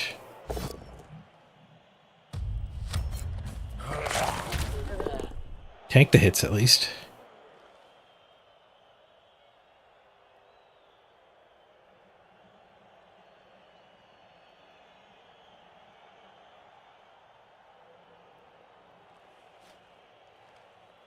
Ivan was actually the strongest star available. Rough. So they never added the Ram Tut guy. I'm pretty sure he was a Blood Bowl too. I'm pretty sure there was a Tomb Guardian 6 strength thing.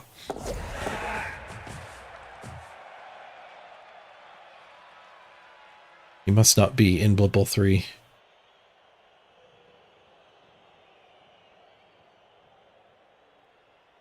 I'm surprised Undead don't get Lord Borak. But I guess he's Chaos, he's not Undead. He is spooky, though.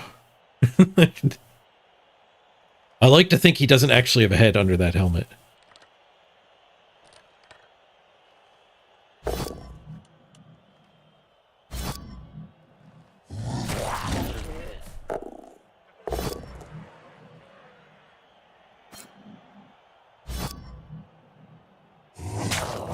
This mummy is now a little isolated. We might be able to get some claws into it.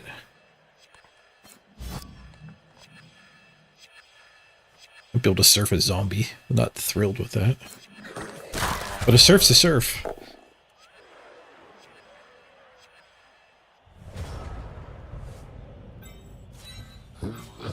And all this junk up. Maybe not standing the dirty player. That actually gives us that hit. We have 1 assist onto him already. We could punch that and bring both of these back. And then hit the mummy.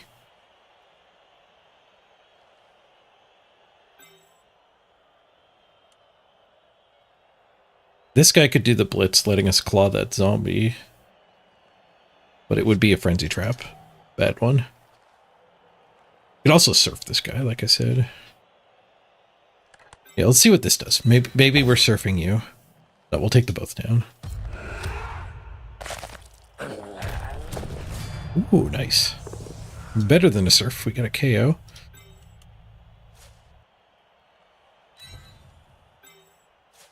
Do it this way without the frenzy trap. I mean, it might still be frenzy trap. I didn't actually check.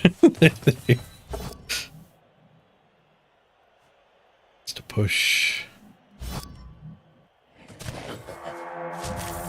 So the retry is +3 -1. So it's a 1-die retry.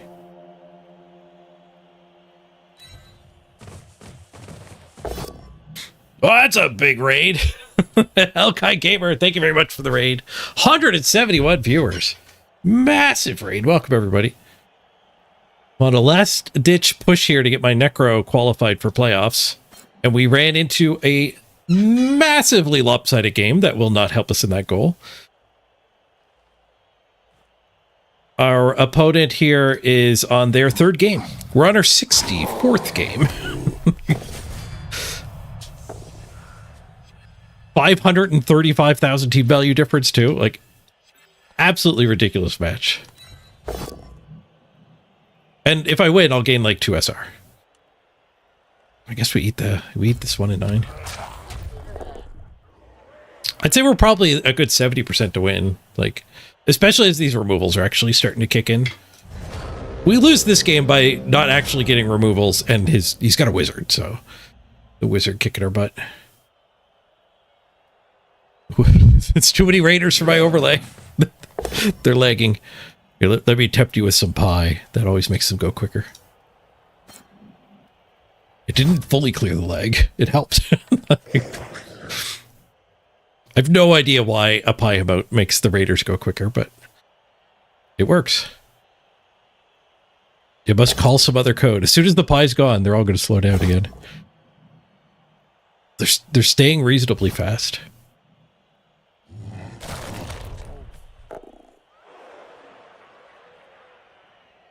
Who doesn't want pie? I mean, it makes sense why this would work. I sure didn't code it that way. Oh, now they're slow again. Anyone spare a piece of pie for the raiders?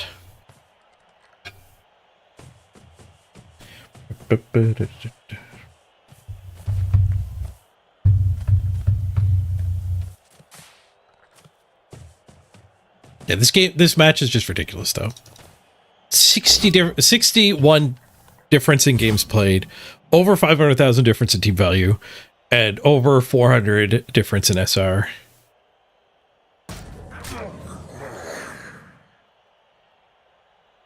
And I waited like 10 minutes. Nuggets! Nuggets will work.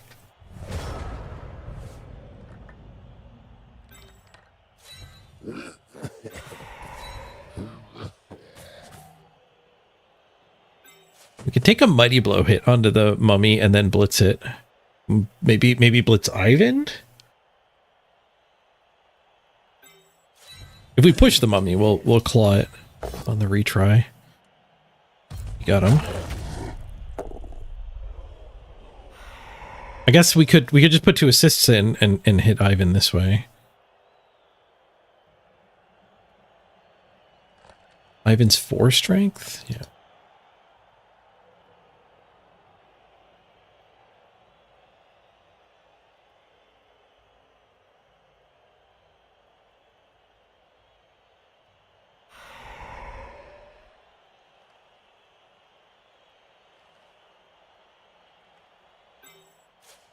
Let's get harassing his cage here.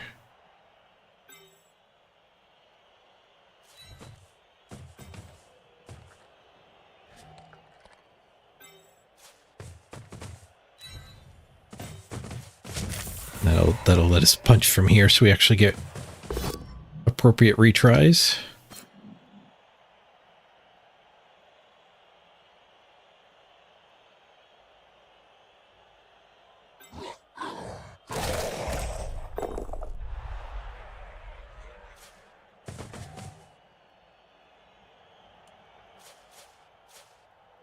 Put him there. Get this guard in here.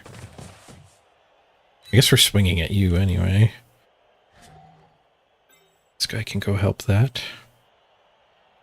He took a biased rep, so I don't want to foul without my dirty player. I would still foul with the dirty player, especially onto the mummy. Jim here. Keep that back. Being assist on the mummy. Nice. Zombie got a stun. We'll take it.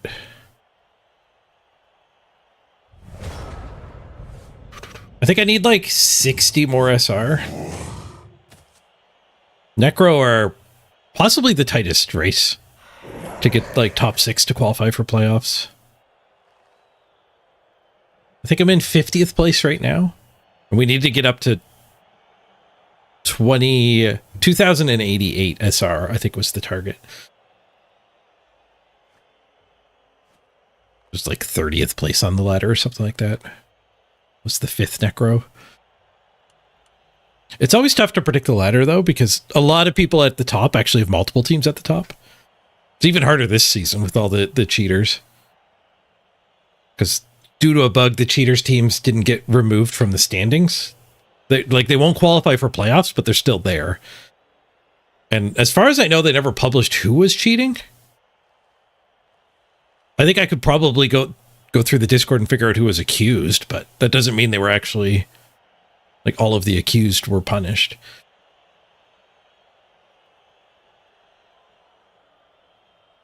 But I know, like, 3 teams on the front page are definitely from one of the cheaters. It's very hard to figure out what to play to qualify. I do have a decent Skaven team at like 1800 SR, and Skaven are wide open, so we just need to get like top 64.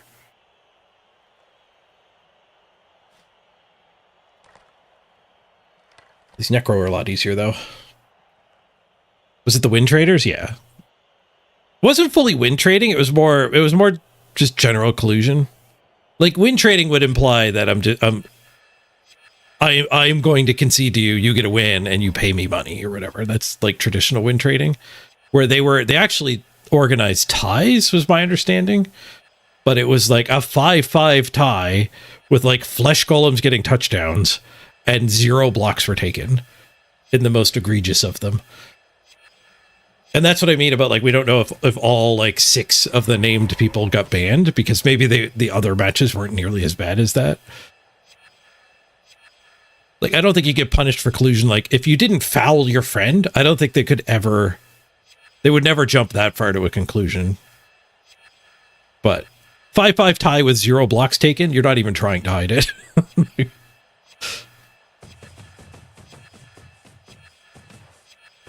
It is a really tough thing to design a policy for, though. Because there's definitely a lot of gray area.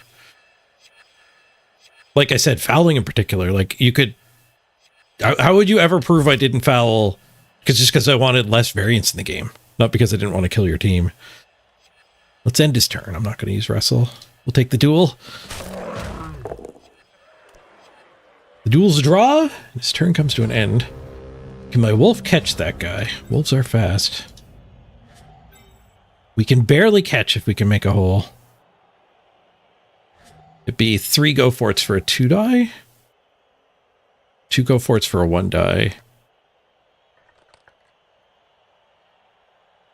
Actually, this wolf might not make it. So in theory, I could see this wolf walking this path. We have to do this hit, no follow, and then this hit, yes follow.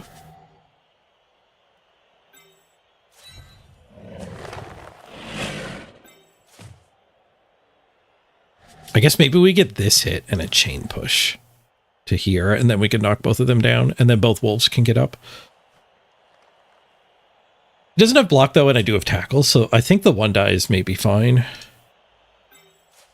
see how these hits go.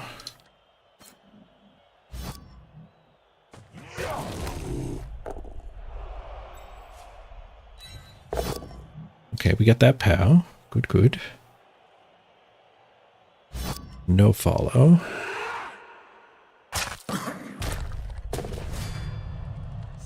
The good thing about this hit is it's actually Mighty Blow. So let's do that.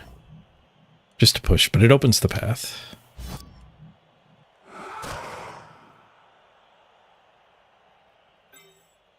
We could save this guy to recover, because the ball might actually go to bounds.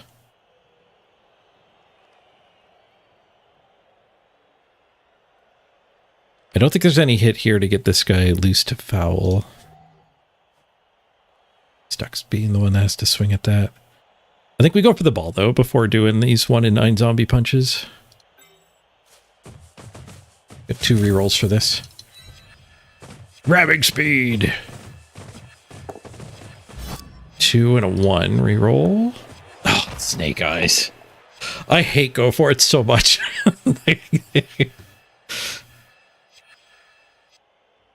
Cost us a reroll, too. We did get a KO this turn, so... I don't think I would redo the turn if it was offered. Maybe I would. I think we're pretty likely to get that ball loose. Oh, it never goes out of bounds because we use both Go For It, so we don't frenzy. So I could have swung this guy up here.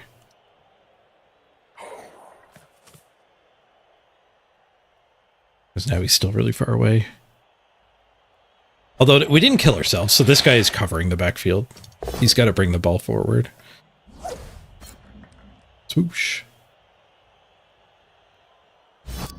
We could build a sideline cage with this stuff. It does still need a dodge. Sideline cages are pretty rough against werewolves.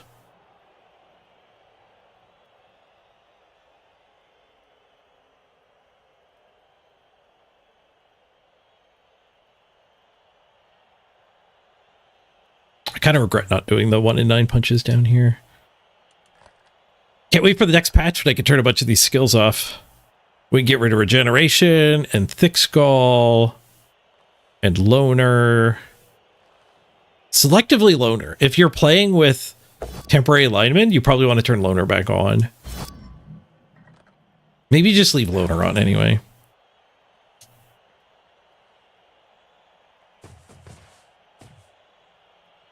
No hands we don't need on. Some people might want to leave no hands on. Ooh, ramming speed foul. The ball already activated? Huh. I guess it came forward one. Well, I found a hit on the ball. It's easier this turn than the last turn. Using the ball carrier as a foul assist is risky business.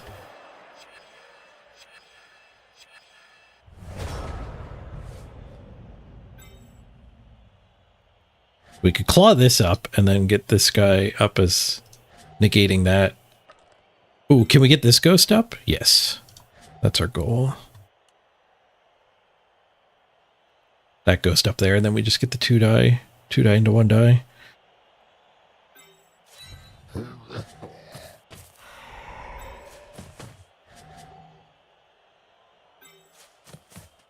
I'll have to do that hit.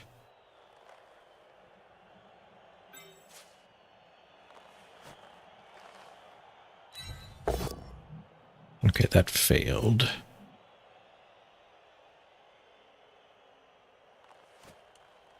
Is there a way to chain push this guy up? I don't think so. Okay, but we can do this hit.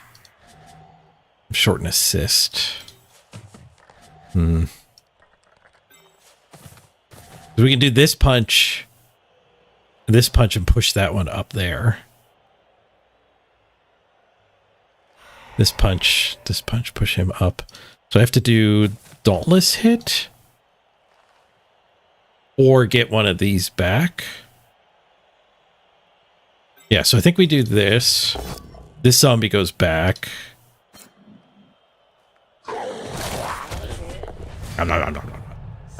KO'd.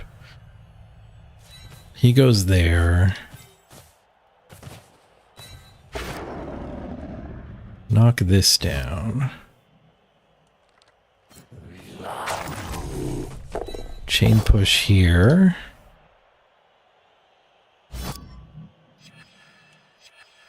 I think I got lots in the bank. Yeah, I got 6 minutes still.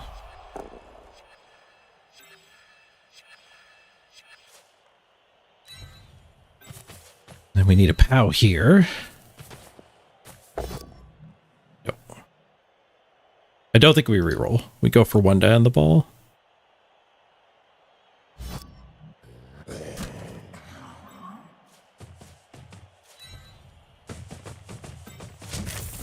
Just leave that ghost in the mess.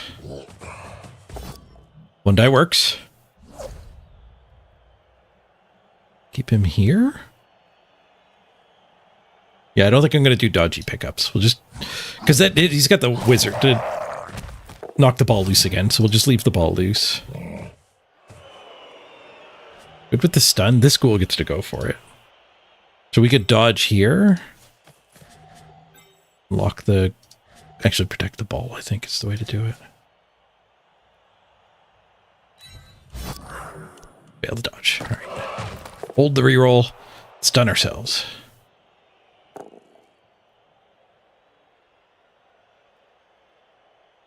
Nice.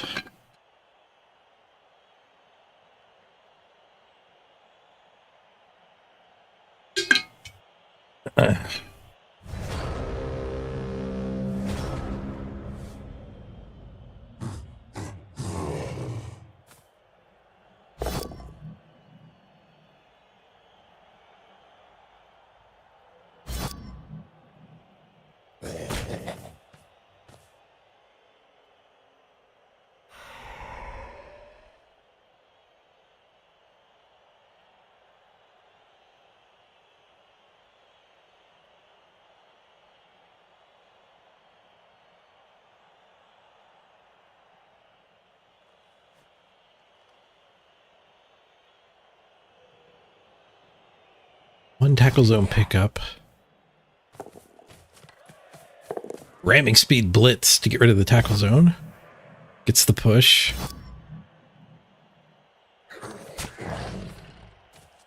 Now dodge pickup. No tackle here. I had the SPP to put tackle here.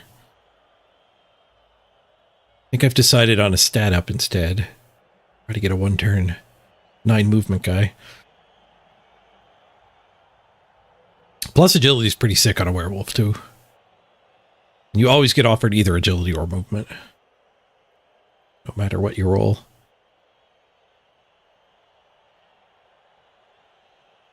I think that fact is a big part of why you see so many stats on ball carriers. 100% movement or agility. If that wasn't true, it'd be more of a gamble to go for it. Swoosh.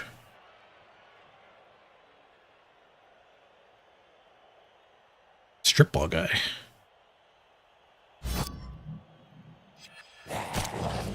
There's a theoretical surf here.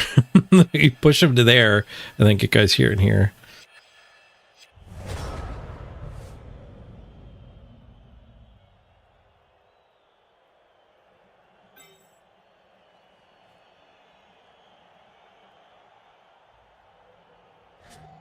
It's pretty hard to get guys here and here though. I mean, we could do a go for it.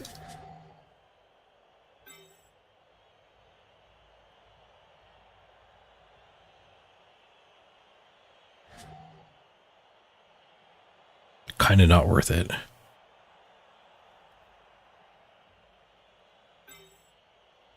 What's the turn counter? 7? He's got 2 turns. 13, 14, 15, 16, 17, 18. He can make it. He's just in range.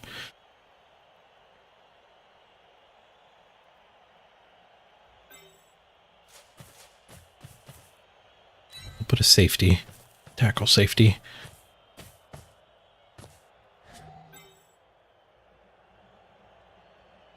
I don't know if I want to leave this guy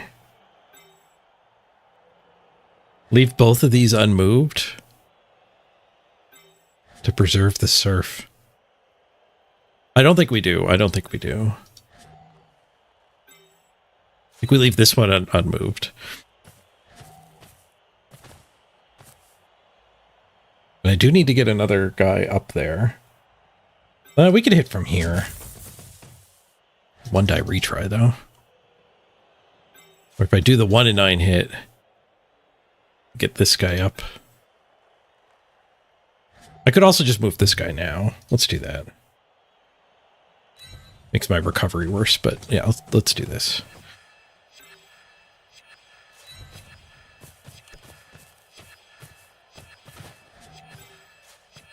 Bonus punch first. Warm up here. And then we probably foul Ivan. If the turn actually gets to that point. Alright, we got him on the first hit. It's not great. Maybe we run this guy up here. I have to 1-die with my ghoul too.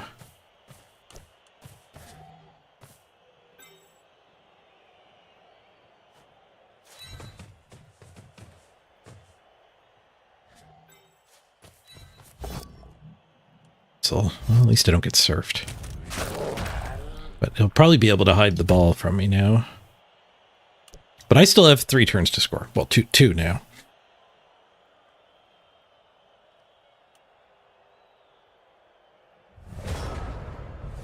Could that guy even score? I made sure to keep him covered. Yes, that guy was technically a scoring threat. It's only 4 agility, though.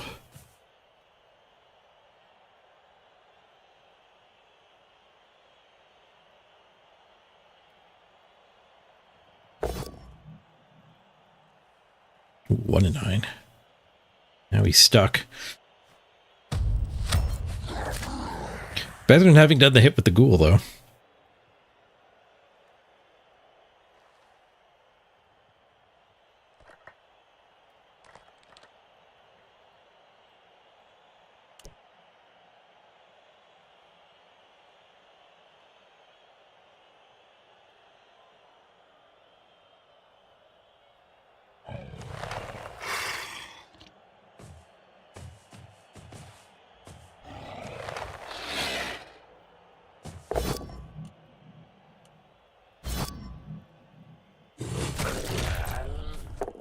Can we get the guard in? Not quite. We can get this guard in if we beat Ivan up. I don't need to feed that guy. It doesn't matter anymore.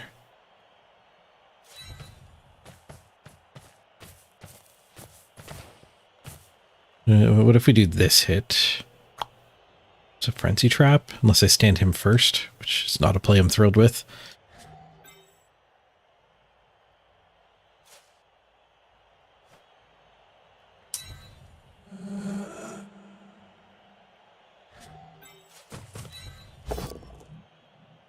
Yeah, I probably had to do that later. We should not have counted on that working. We could surf the ghoul.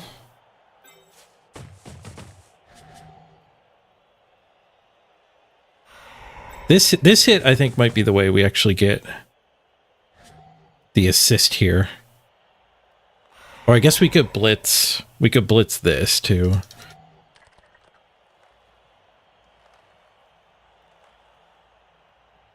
Okay, let's stand him.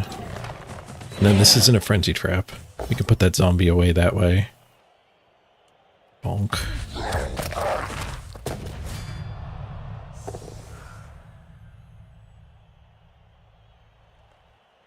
Nice KO. Now we can blitz this, and that'll become an assist. And then we can hit here. We're not picking the ball up this turn. Hey, you guys. Hey, Architect.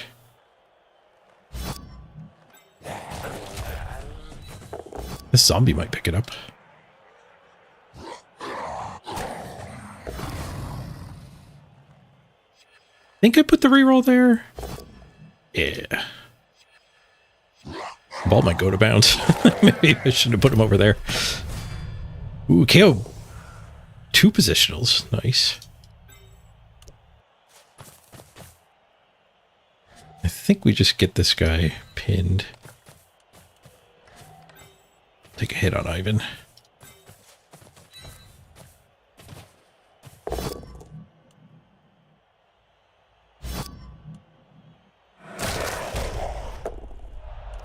Okay. They still have the wizard, so we do kind of need this touchdown. Because the wizard's going to make next half funny. All of our removals are KOs, which is interesting. We don't actually know how big of an advantage we've earned here. 2-player bench and all KOs. Currently, we're up 6. Let's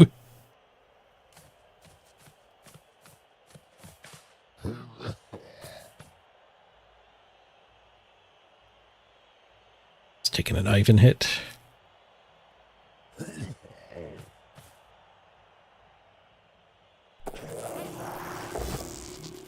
Ivan finds the POWs.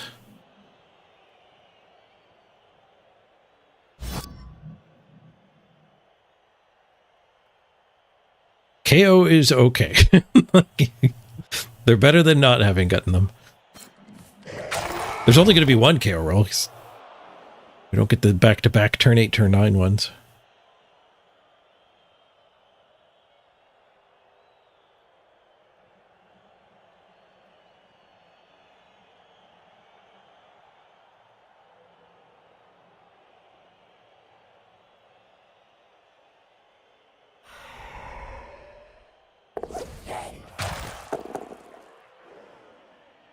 Fails his dodge.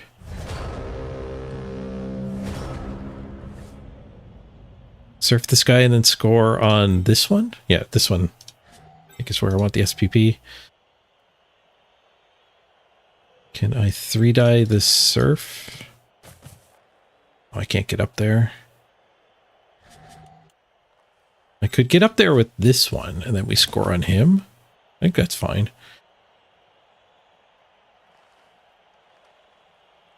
Yeah. The 3-die's worth fighting for.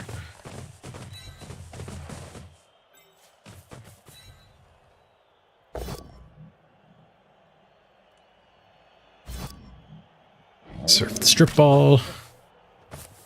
Get him, t-shirt man. Hey, Beers. Good to see ya. Okay. Bonus punch Ivan.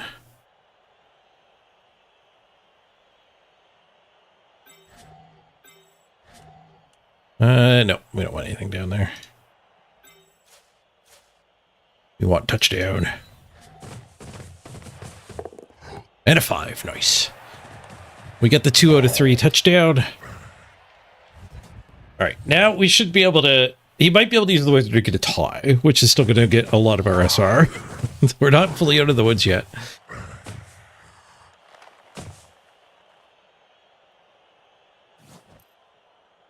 Bring back the music now that we've had a touchdown. Sad to report this bug was not fixed in the preview build. We still have to manually adjust the music volume. Gross wolf score. Werewolves are so freaking good. It's easy to underestimate how good movement is in this game. War dancers, werewolves, gutter runners. Absolutely ridiculous. Even skinks. Lizard team, like the skinks are crazy good. I guess lizards versus black orcs is just a demonstration in how good movement is. Lizards are just black orcs with 2 more movement on literally every single piece. And black orcs get a bunch of free skills instead, and black orcs are like bottom 3 win rate. Where lizards are probably middle of the pack.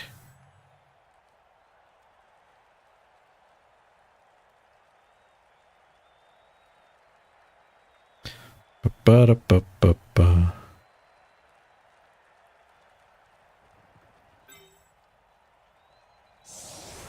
Oh, not yuck, great. Yeah, it was. Oh, okay. Well, almost every KO came back. They have 11 players still. At least their quality went down a little. They didn't get that one white back.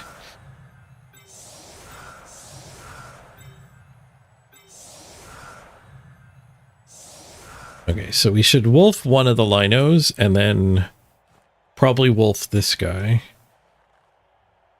3, 4, 5, 6. That's not quite enough because of that. So maybe we flesh golem. Maybe we flesh golem hit here back to there for a big stomp. And we can just werewolf 2 of the linos.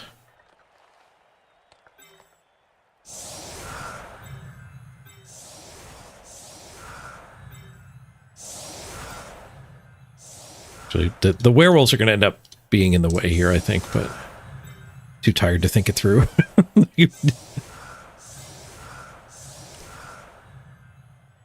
Who's got the energy to fully plan a turd? Dwarves laugh at your movement stat. Slow and steady wins the race. Oh, pitch invasion. Or is it the ref? Oh, vicious ref. Got in a fight with a ghoul. Our +9 fan factor did the trick.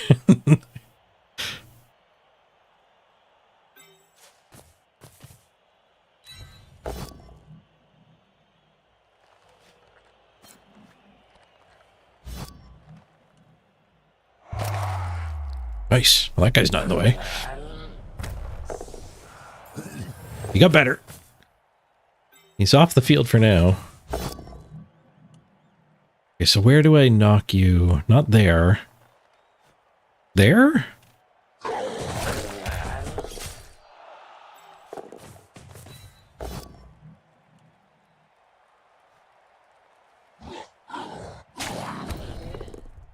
Okay, so you go...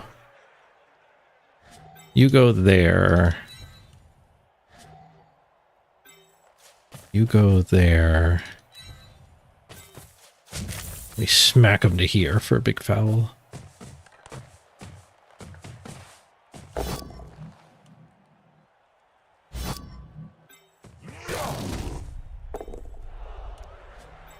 Big stomps.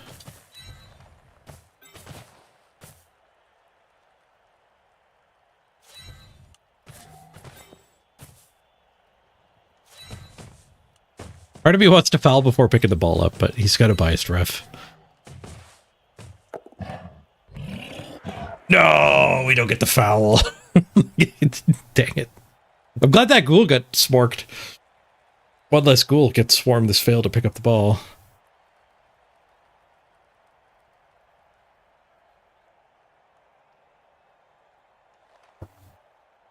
We get that white occupied in a good way for us. He does get to stand a guard up, but a little risky to stand that up. I'm sure he's standing up anyway, though, even though he's surrounded.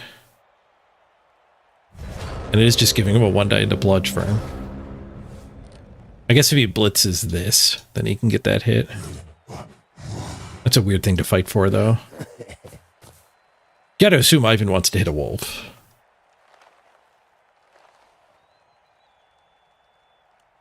Could prioritize just coming back here, though. Like, this is his chance. Me failing to pick the ball up 3 turns in a row. It's a great way to lose.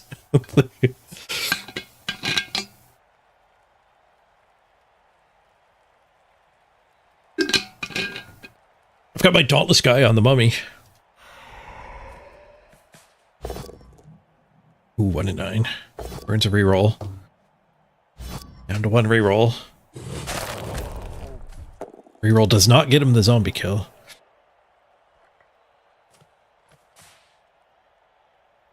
Okay, looks like Ivan's likely making maneuvers towards the ball then. He didn't blitz. Thanks, Eask. Appreciate the good luck.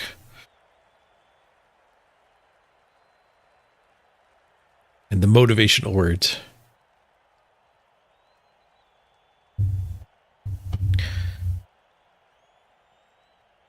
Oh, that's very kind of you to say. I appreciate you too, Seask.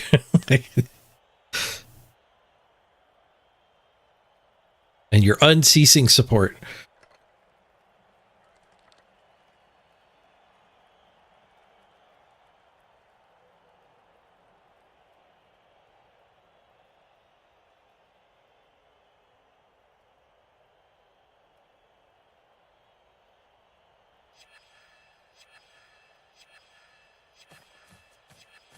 Okay, Ivan does not approach. Just gets tackled on both wolves. Just to keep me tied up, I guess. I assume this ghoul's coming, but maybe he doesn't want to give me a clean hit onto his good players.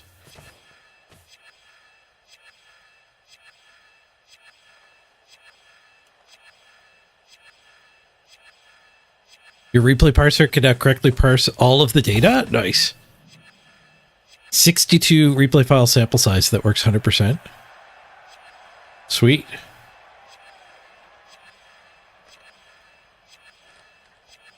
Okay, the ghoul does come forward.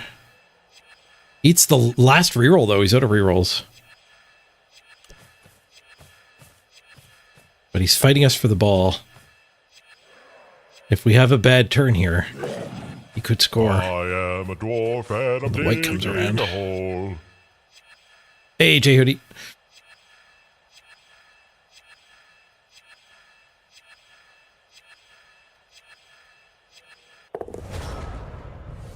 We're a frog. Oh, geez. All right, wizard's gone. Okay, so we need to get this hit and get this other ghoul back. Jeez. So this guy's got to go the wrong way. This guy's blitzing there.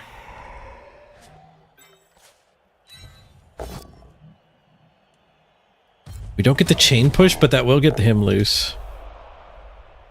Get the him loose. I do need a 1 in 9 though. This guy's blocked in. Go anywhere.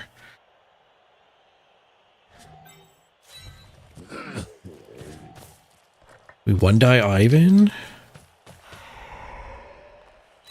1-die Ivan and then dodge away with dodge.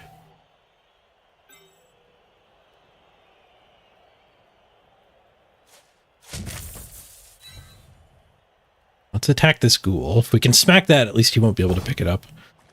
Just a push.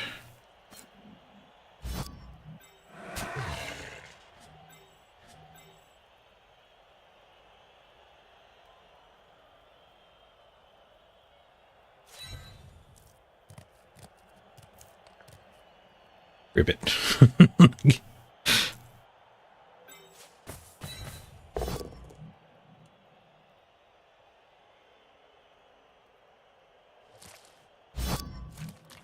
Do we want to just pick it up on the wolf? Oh, this guy can't even help that hit. Never mind. All right, let's do the go for it pickup on this one. Carefuling. Okay, we have the ball. A new personal best. Untie this tackler away. We do get to 2-die retry. There you go.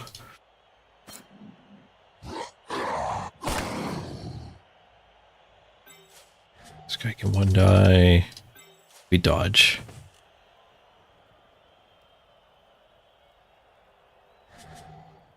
You don't matter. You don't matter. You don't matter. It's just these two that matter.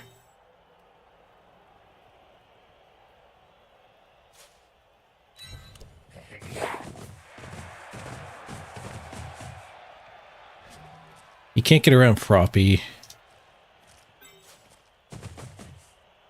If I go here, then he could come around this side.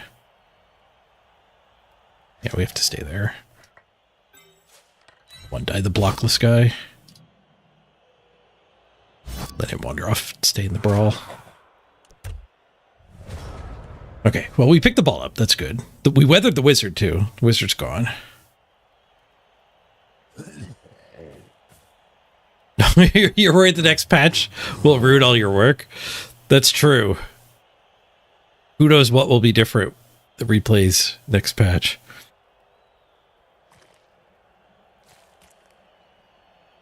Jay Hoodie, you just did your football draft. Nice. The NFL season starts soon, doesn't it?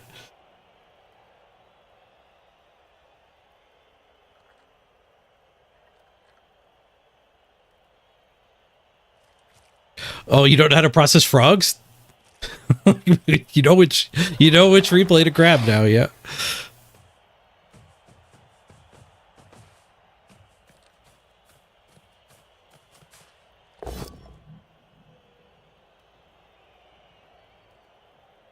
All right, the frog gets smacked. He does have dodge. Swoosh.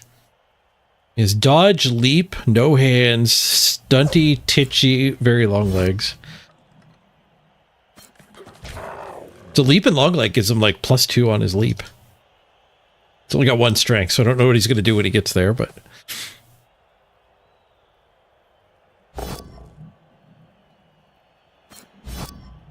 Wizard on console sucks.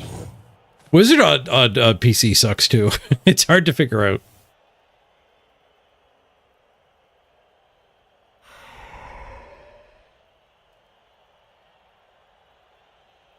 Surprised he didn't go there to take a 2 die. I guess he plans to dodge.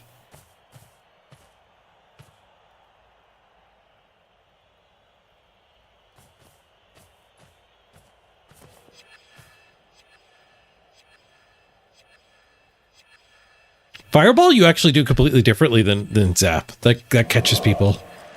Zap you have to do like when you could also take other actions is when you zap.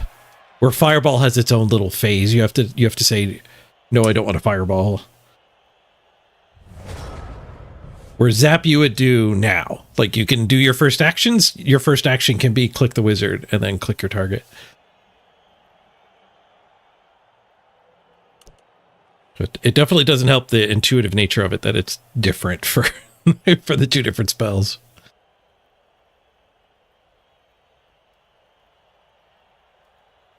Want to head over this way, I think. We could build a cage here.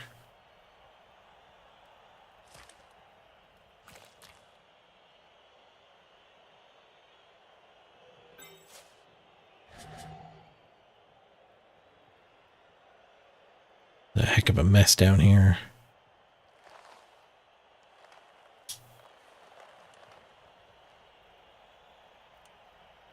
I remember somebody in my community here figured out wizards by just playing against a computer until they could figure out how to do a zap.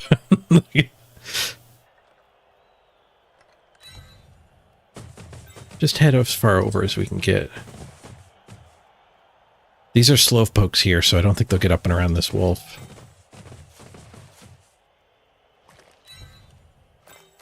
Boingy, boingy, boingy, boingy.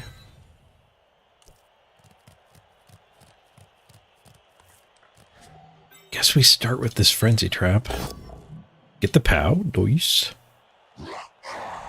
That gets him loose. So he can blitz here. And then tuck in there.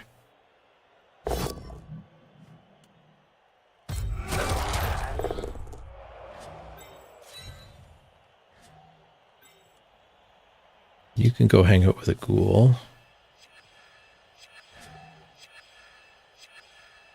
Maybe I just ignore the ghoul and actually just tie up the things that are near the ball.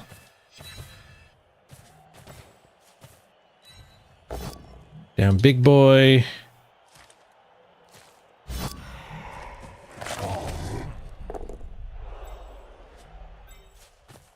Stomp on Ivan here? Oh, no, roll skulls. I'll re-roll for the Ivan stomp.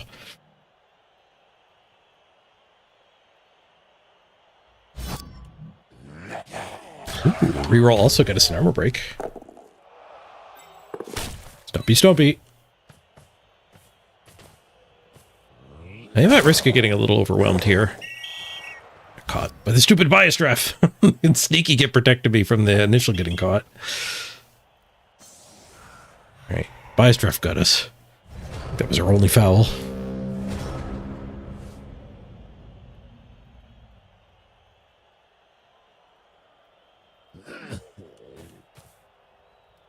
Did they announce 1800 team value limit? Yep. 1.8.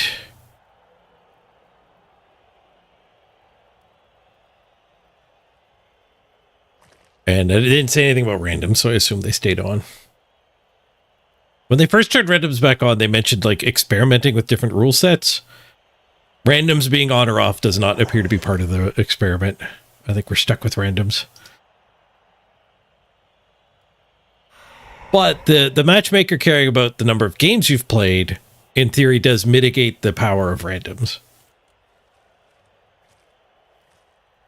You won't have to face a dwarf team that's your team value, but has played 20 extra games and has the randoms to go with that.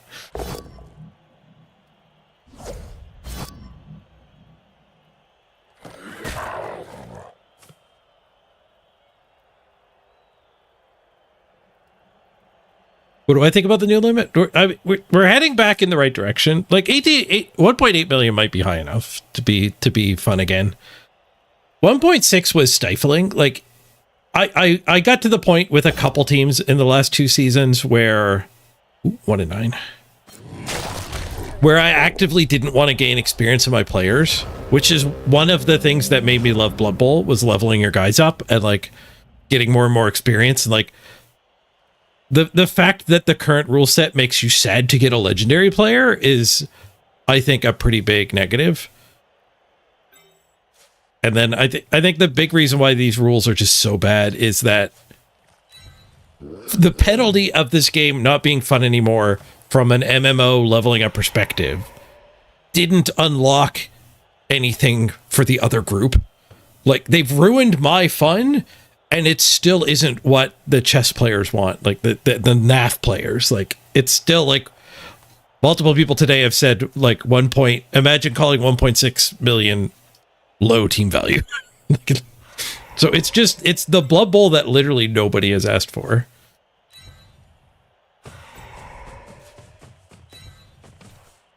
Nothing like a wide sideline cage. I didn't realize that guy was slower when I moved the ghoul. I don't know if anything gets over here, so I think we'll be fine.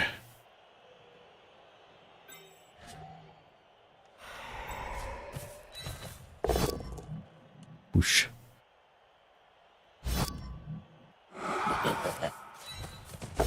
These are claws on Ivan.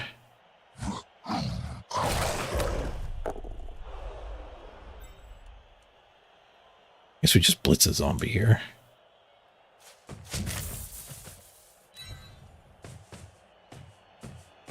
Yeah, 1.8 million might be enough that you're actually happy to get a legendary. But like, I shouldn't be sad that I get SPP on this guy, and I am. I don't want Zophiana to take any more team value. My team can only get 50k more team value before I have to start firing somebody. And I think you're missing the mark pretty bad in this situation. You've crushed my version of fun, and you haven't fixed it for the other people. The other people do get the there is that NAF ladder now, so if the NAF ladder starts taking off, maybe the Andy Davos of the world can go play there, and they can actually just shift the ladder back to being the dream machine it used to be.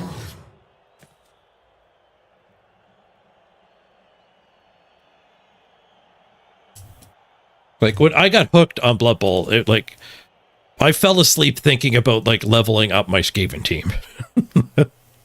Like, getting that hooked on it. Yeah, GG, Mike, GG. It's a crappy matchup. No, frogging the ghoul was a good shot. But yeah, when that shot didn't work out, there's not a ton you're going to be able to do now. Well, you can kill my wolves. But as soon as they go up 2, it's going to be really tough to get 2 touchdowns in 4 turns.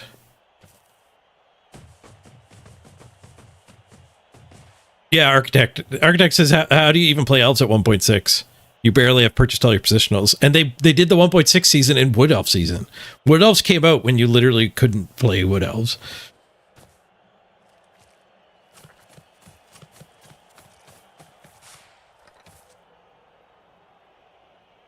What's all this stuff about an AF ladder? I don't know many details about it, but it's like The NAF tournaments in general, if you or anyone else isn't familiar with them, it's a structure that's very common in tabletop for when you go like to a place for a weekend and play a tournament.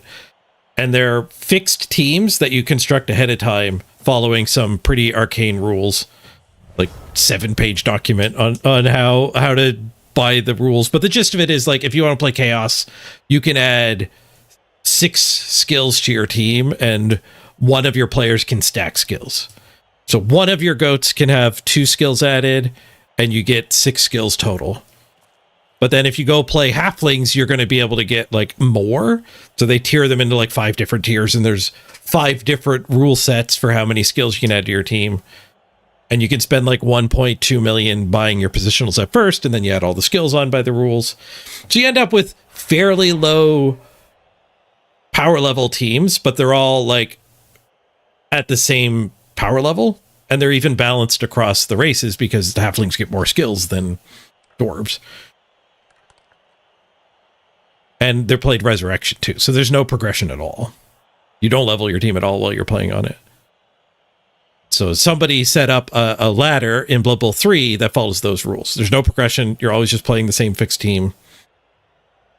And presumably it's just kind of like this ladder where you could fight for bragging rights. I don't know if there's like a prize and stuff for playoffs for it.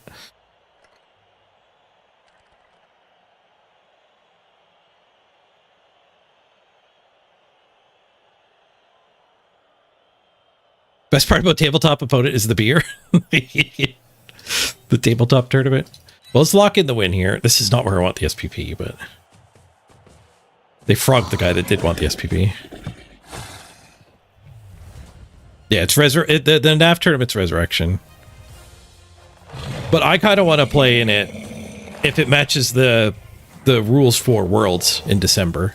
I qualified for Worlds last season. I got top 4 in the playoffs.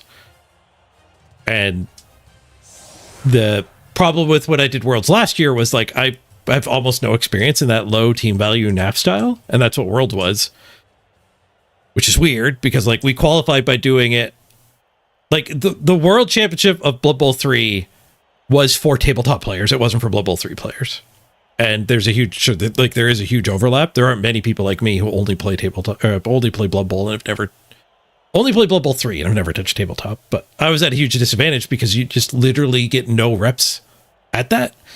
So it is nice that now there's a spot to go get some practice in that system.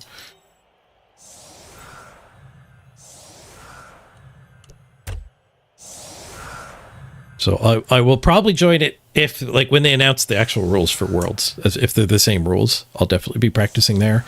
If they're meaningfully different, I will possibly set up my own ladder that uses the World's rules. And not with the interest of making it like popular and competing with the existing NAF one, but more just being able to spin it like 1 game a stream, just to actually get some practice. I lost last year's Worlds to OWA. The legitimately lowest win rate team in Blood Bowl 3 beat me in Worlds because it's got this tiering system, right? Old World Alliance starts with a bunch of skills, and they were low tiered, so they actually got to have more skills than my dwarves. Was I dwarves? I forget what I picked. I don't even remember what I played. No, I played Underworld. I was playing Underworld, and I lost to dwarves and then OWA. Mini dwarves were my 2 losses in Worlds. It was double of them.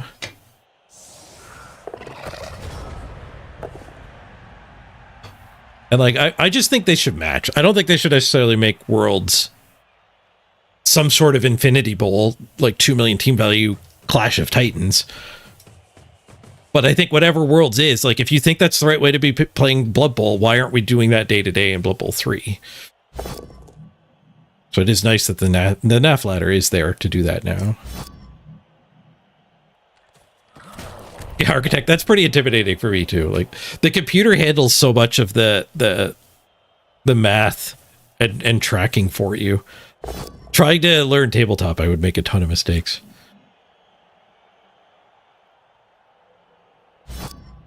Mike, you got OW in the top 100 a couple seasons ago? Nice. Next season, they're actually going to do a leaderboard for each race, so that's really good. I think we'll see more of the lesser played races as people try to take over the various leaderboards.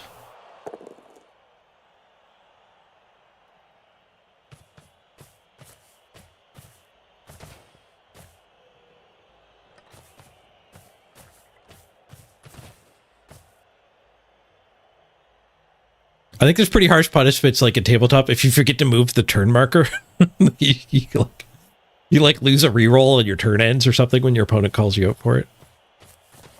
But it's a pretty big thing. Like if you could abuse that, so it kind of needs to get punished.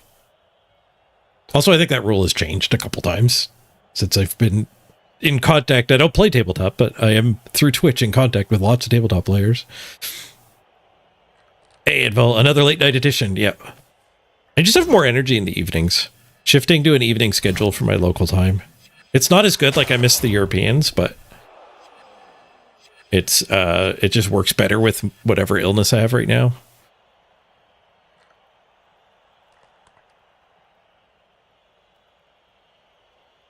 And I tanked myself this afternoon doing some yard work. My mother-in-law was in town, and her and Mrs. Page were weeding, so I got the lawnmower, mowed the lawn, and then, cut down a few trees that had started growing where we don't want trees growing. They grow under the deck and then like poke out through the lattice work in the deck.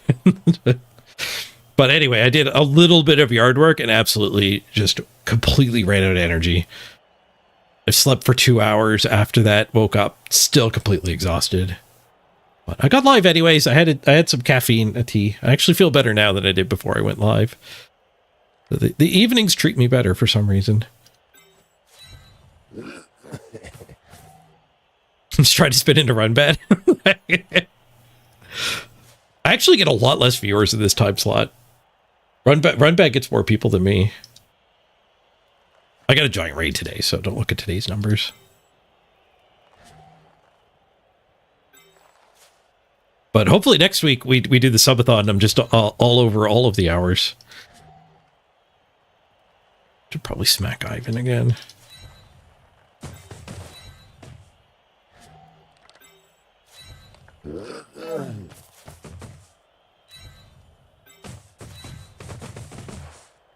We just need to slow him down enough. He can't get 2 touchdowns. I don't even think he's trying to, though.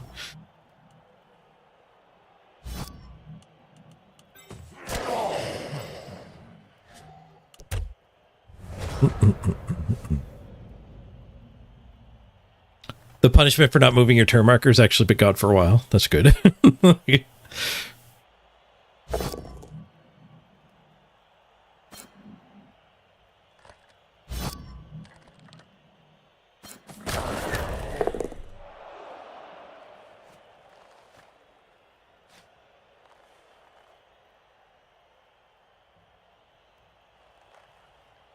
I joined the NAF Discord. It's run through a Discord. Somebody linked it here a couple days ago. I joined it. And then when I ended the stream, like 10 minutes after I did the stream, the NAF Discord pushed like 80 notifications through to my phone, and I left the Discord. It wasn't immediately when I joined it. It was like slightly after. And then I must have gotten every @ notification ever made on that Discord. I was like, oh, I was curious. No thanks. I just left it again. I'm sure I can find it if I actually do want to play in it. But that'll wait till they announce the rules for Worlds.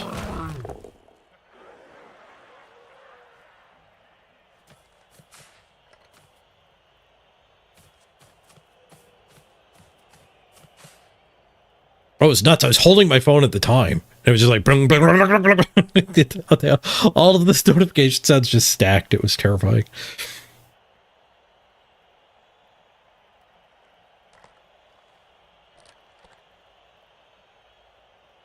It was like Casabar got his hands on it.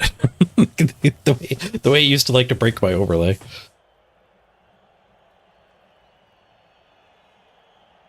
I think my strategy for the subathon to actually be able to do long streams is caffeine and sugar. I'm going to make a big batch of iced tea. And I want to make it myself because I don't want to buy like Lipton iced tea. Like I want a reasonable small amount of sugar to just slowly be drinking all day so I don't run out of energy. I don't want like pop amount of sugar.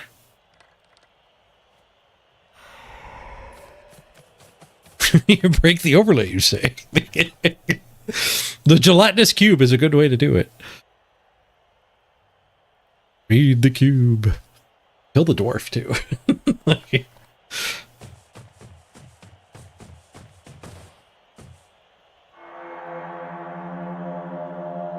Hey, Bitwise Bard, thank you very much for the raid. I appreciate you choosing me as your raid target. Get more of those iced tea packets. Those didn't quite agree with me. You mean the sponsor I had for a month? I think literally nobody bought one. I didn't. And with my IBS, I think they were... The artificial sweetener they used, I think wasn't really great for my IBS. It wasn't too bad, but Mrs. Page talked me out of drinking them. But I actually want sugar. Like, part of the deal with that company was it was no sugar added. Where I think, like, I run out of energy, I actually need some sugar in my brain. Run Bad! Thank you for the raid as well. Back-to-back raids. Hope your stream went great, Run Bad. Mine went okay. You're here for the tail end of a ridiculously lopsided game. I ain't going back to jail. Next time the county or the state see me, it's going to be in the back. My opponent has... they're on their 4th game. We're on our 65th game. or something like that.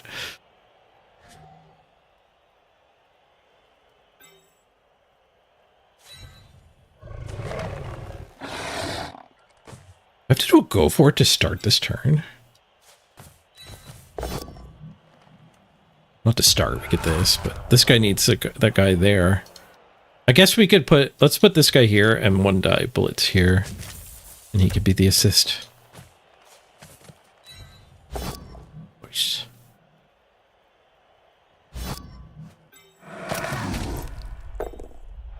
Tuck in here.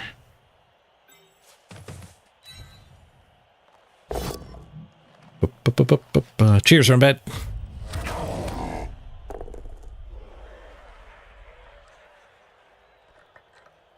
Guess we do this frenzy trap. Success.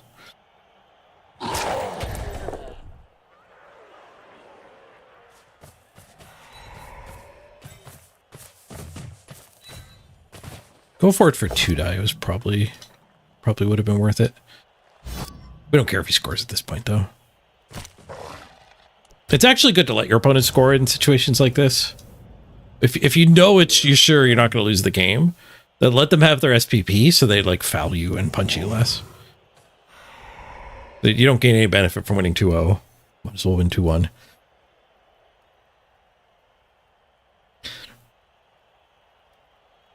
One of these days you got to read what the DAF rules are. Yeah, I joined the Discord with that intent too, but I want to play in that NAF league if it actually matches Worlds. And as far as I know, the Worlds rules aren't set yet.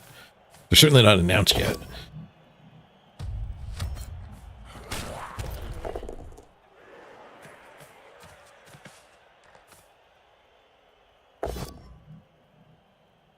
Skulls.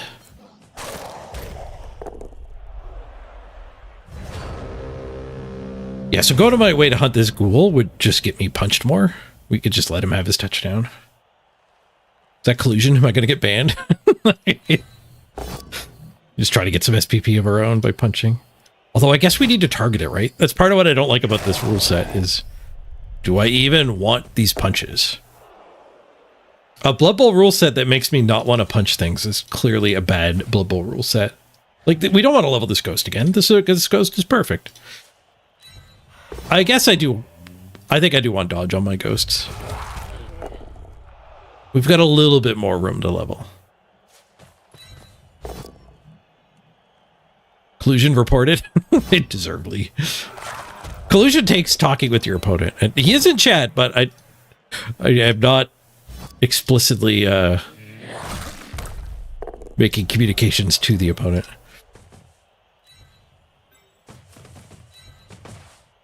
It is strange as a streamer.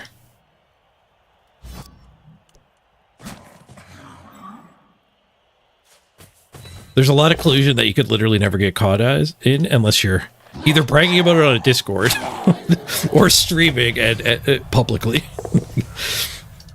It's like a bunch of teenagers, recording themselves doing their crimes. Silly crimers filming themselves. And then sharing them at school.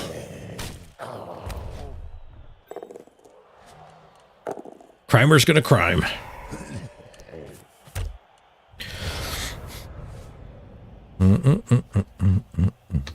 You wouldn't have minded me going for the ball, but you appreciate it. Yeah, like that's just it. It's not like it's not like I'm doing you a favor. Like your opponent scoring right here means you didn't punch your guys. It literally didn't hurt me, and in fact, it helps me. You don't need to bite off your nose to spite your face, or whatever the saying is. Filming this crime spree was the best idea we ever had. Jimbo. Simpsons did it.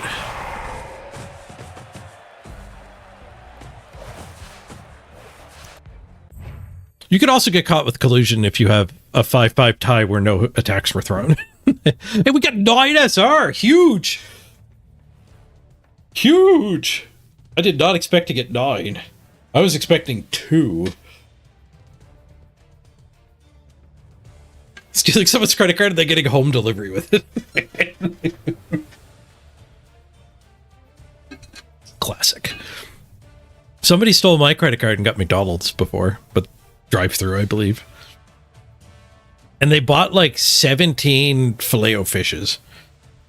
And I think they stole my credit card not for the money. They just didn't want any paper trail that would show that they actually buy Filet-O-Fish.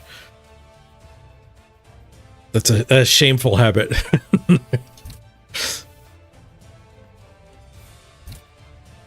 I guess there's a non-zero chance that Filet-O-Fish was actually code. So it was stolen. It was like, it was an inside job. And it wasn't my credit card stolen. It was the token that McDonald's has. So it likely was an inside job where if somebody actually has an order of 7 Filet-O-Fish or whatever the heck it was, then the dude working the overnight shift like just does that as a pocket transaction, and they just take the cash, or some sort of scheme like that. Like the order was so weird, it would like a code order. Yeah, GG Mike, GG Mike. No, I'm happy with 9. 9's pretty good. I'm sorry that you got such a lopsided match. That couldn't have been fun from your side.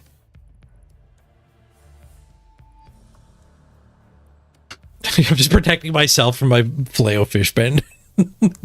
Filet-O-Fish bender.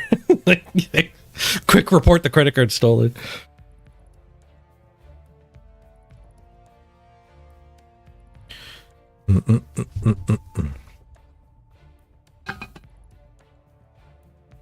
Is it joke in your cybersecurity lecture that whatever you could convince the university server your grade was your grade? Apply what you've learned to hack the database.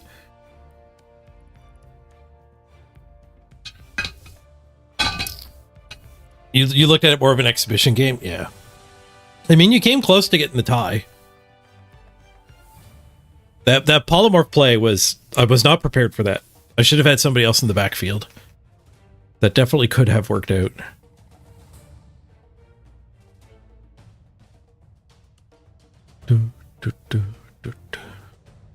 Alright, where do we land at on the leaderboard?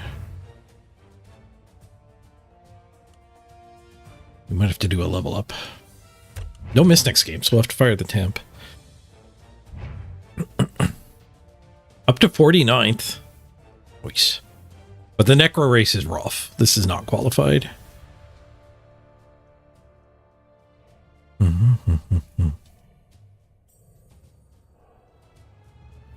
How do you play with only 2 rerolls? That's part of the way I deal with the low team value limit. It sucks you can't buy rerolls because you have to play low reroll for a long time. Like the team I qualified for Worlds with in playoffs was 1 reroll orcs. I played a lot of games at 1 reroll before I even got the leader. Because I didn't hire Mr. Throw until the blitzers were leveled up.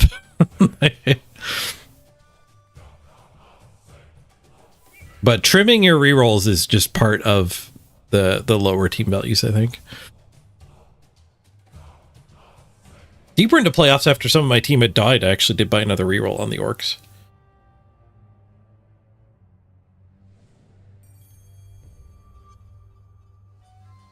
Yeah, dwarves and orcs can get away with one reroll.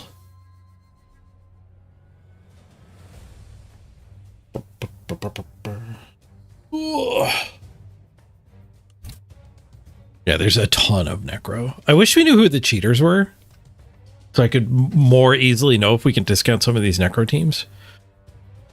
I know Monitor was, because he admitted to it on the Discord. Like, he said he got punished and it was harsh, and he's not allowed to talk about it. So all of these Monitor teams are going to get skipped over for the invites to playoffs. But like, I don't know who the other cheaters were. So there's 3 necro there. What happened with the cheating? Collusion. The worst game was a 5-5 draw with no blocks taken, played on the ladder. Like flesh golem scoring and stuff like that. And then apparently there was, like, they were openly talking about it on the French Blood Bowl Discord. So fairly easy to catch the people when they were openly talking about it too. Hotspur, you say Albichon was one of them? Yeah, I recognize that name. I don't know if he, like, there are people that were accused, and they're not, that list is not necessarily the same as the people that were punished, right? And I don't think there's a detailed list of who was punished. So you could go and say everyone who was accused just got the punishment, but I don't think that's a safe conclusion. Because maybe one of them it was a lot less obvious or whatever, and they got more lenience. We don't know. Cyanide, for some reason, is being very quiet about it.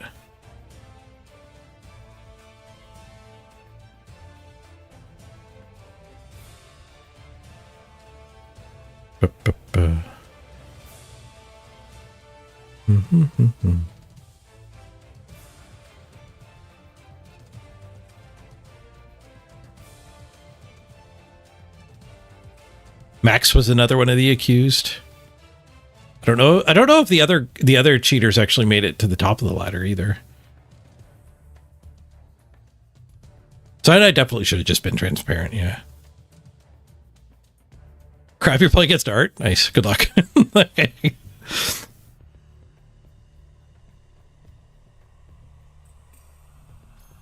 Yeah, it was ages ago the last time people got caught with collusion. The Nurgle games that were 4-4 ties or whatever. Basically the same thing. And I'm sure in both cases, the people thought they were being really clever too. How'd the cheating system work? Well, they just spun into each other on purpose, or even when they noticed they were playing each other, just decided to like not throw any hits and score as many touchdowns as they could.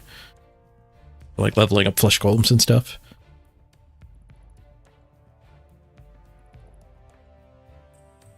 So there was at least one game that was a 5-5 tie with 0 blocks taken. And then you can go through and like look at somebody's match history, right? Like we can click on Crucifer here and just look at his history. So like there's a public record of the games.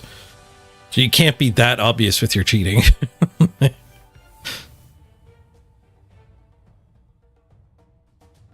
You get tons of inducements. Nice, Crab. Hit it with the Morgenthorg.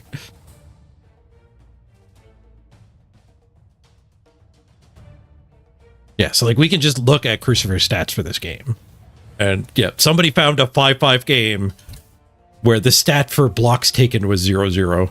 Block actions done. It's like, And then looking further into it, that, you know, it was just getting talked about on the French Discord.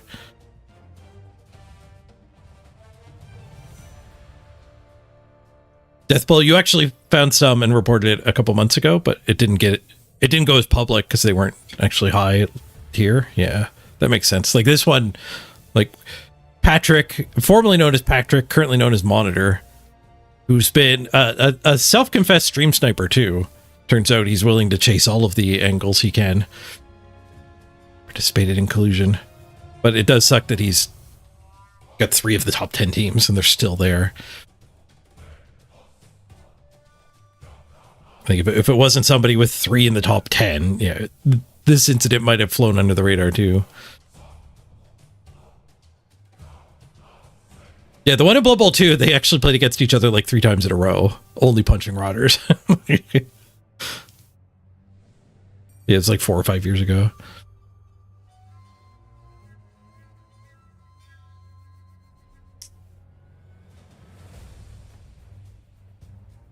Yeah, in Blood Bowl 2, you can actually watch the whole replay. It's really sucks that the replay is only up there for like 24 hours or whatever. I don't know what kind of disk space limitations they have. They can't save the replays. That would actually be a good way for them to smooth over this controversy too, is to leave the replays up for the season. Buy another hard drive or two. Optimize the replay files a bit. The replay files are robust. Saving all of the birds flying around and the advertising boards flipping and stuff.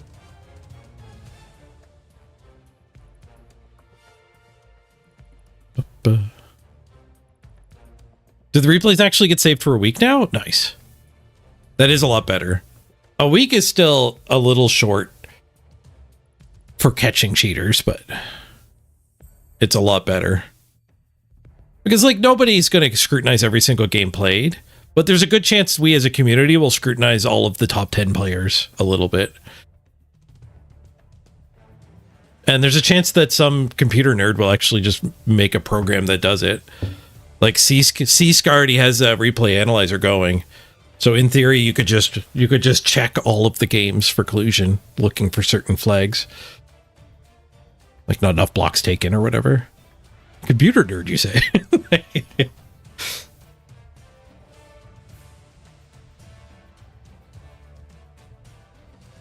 The advertiser board sound going away is a big upgrade, yeah. You don't know how nobody was annoyed by that? I was kind of annoyed by that. I think part of why it didn't, like, bother me was that the noise, to me, wasn't aggravating. Like, different people have different trigger noises. Like, the music bothers me. Every once in a while, the music playing during the game will actually, like, really get under my skin. Or to me, the advertising boards flipping was actually kind of rhythmic. I didn't mind it at all, like a clock.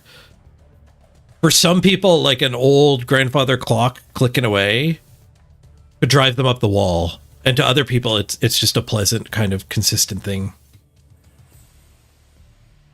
I could see why the advertising board would have that same grandfather clock property. And for me, luckily, it didn't bother me, but I am glad they got rid of it.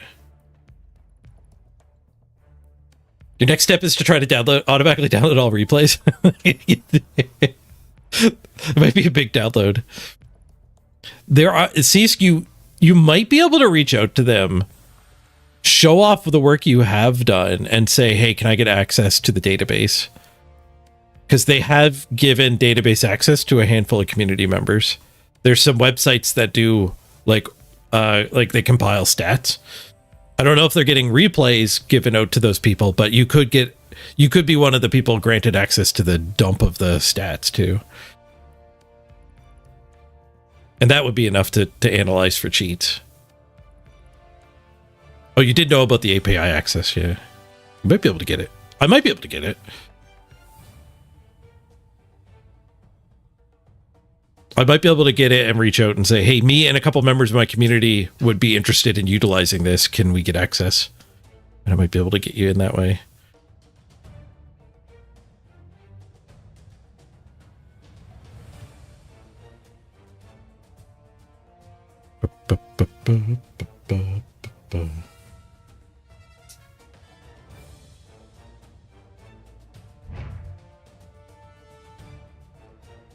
You should probably not make fun of their format when you ask for access. I mean, I thought about asking them just for how it's formatted, but I think they probably don't want to make that public. They probably don't particularly care if you crack it, but they probably don't want to make it public and support it. Partly because, like what we were saying about it, you might get ruined next patch. Like, they're making no guarantees that it'll be the same next patch. It almost certainly will be different.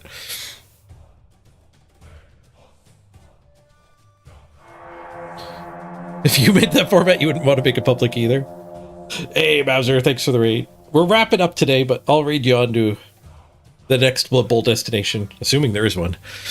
We are getting to the point at the night where we might run out of raiders.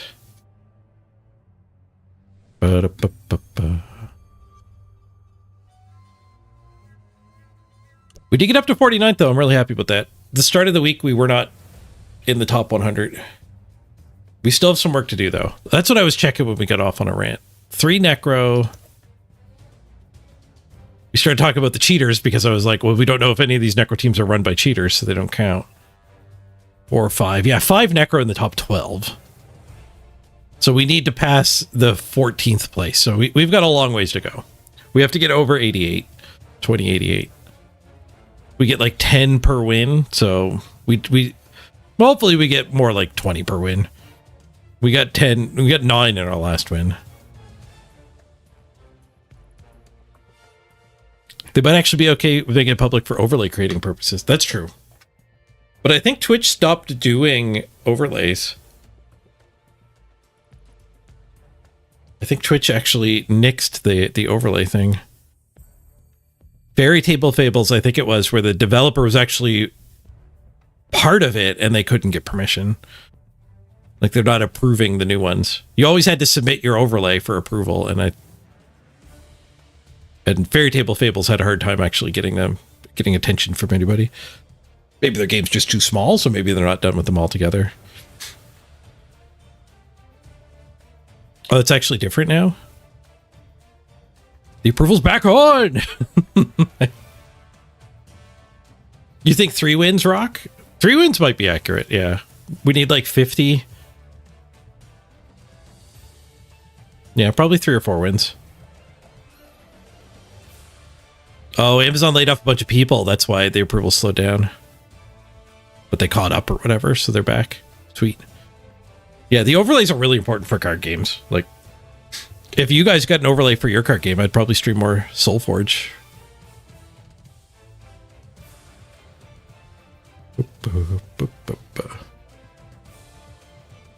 You were actually working on the overlay for Soulforge? Nice.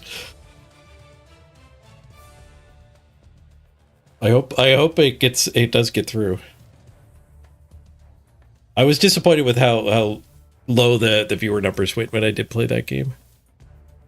But card games are tough to watch when you don't know the card game, and an overlay helps tremendously with that.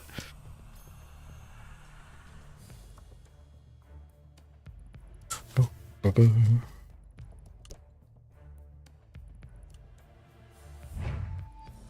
right, I'm going to wrap her up here. Let's roll the credits. Thank you very much for joining me, everybody. I'll try to get another stream in tomorrow, although I am planning to hit the road. Going out to visit Zucchini. I believe that's still the plan. I have to call my mom and make sure, but she needs some help with her RV. The RV I stayed in last week. Going to do some repairs. So hopefully I'll get a stream in before that. But you might not see me till Monday. So I'll be off on the coast again with Mrs. Page this time. Yeah, Zanelli. Soulforge where art can have different text. The cards have variants. Makes it really hard to watch on a stream. Even when you do know it. All right, Bowser. I just assumed you were another Blood Bowl streamer. Now I know who you were. Yeah. I had misplaced you. It has been a long time since university. It's nice our paths crossed on Twitch here.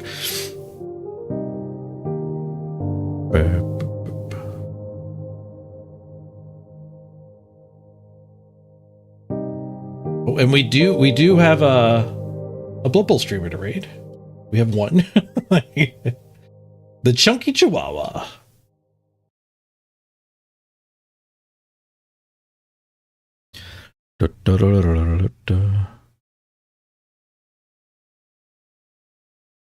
Too many things to work on? I hear you, Zagini. Tough to prioritize.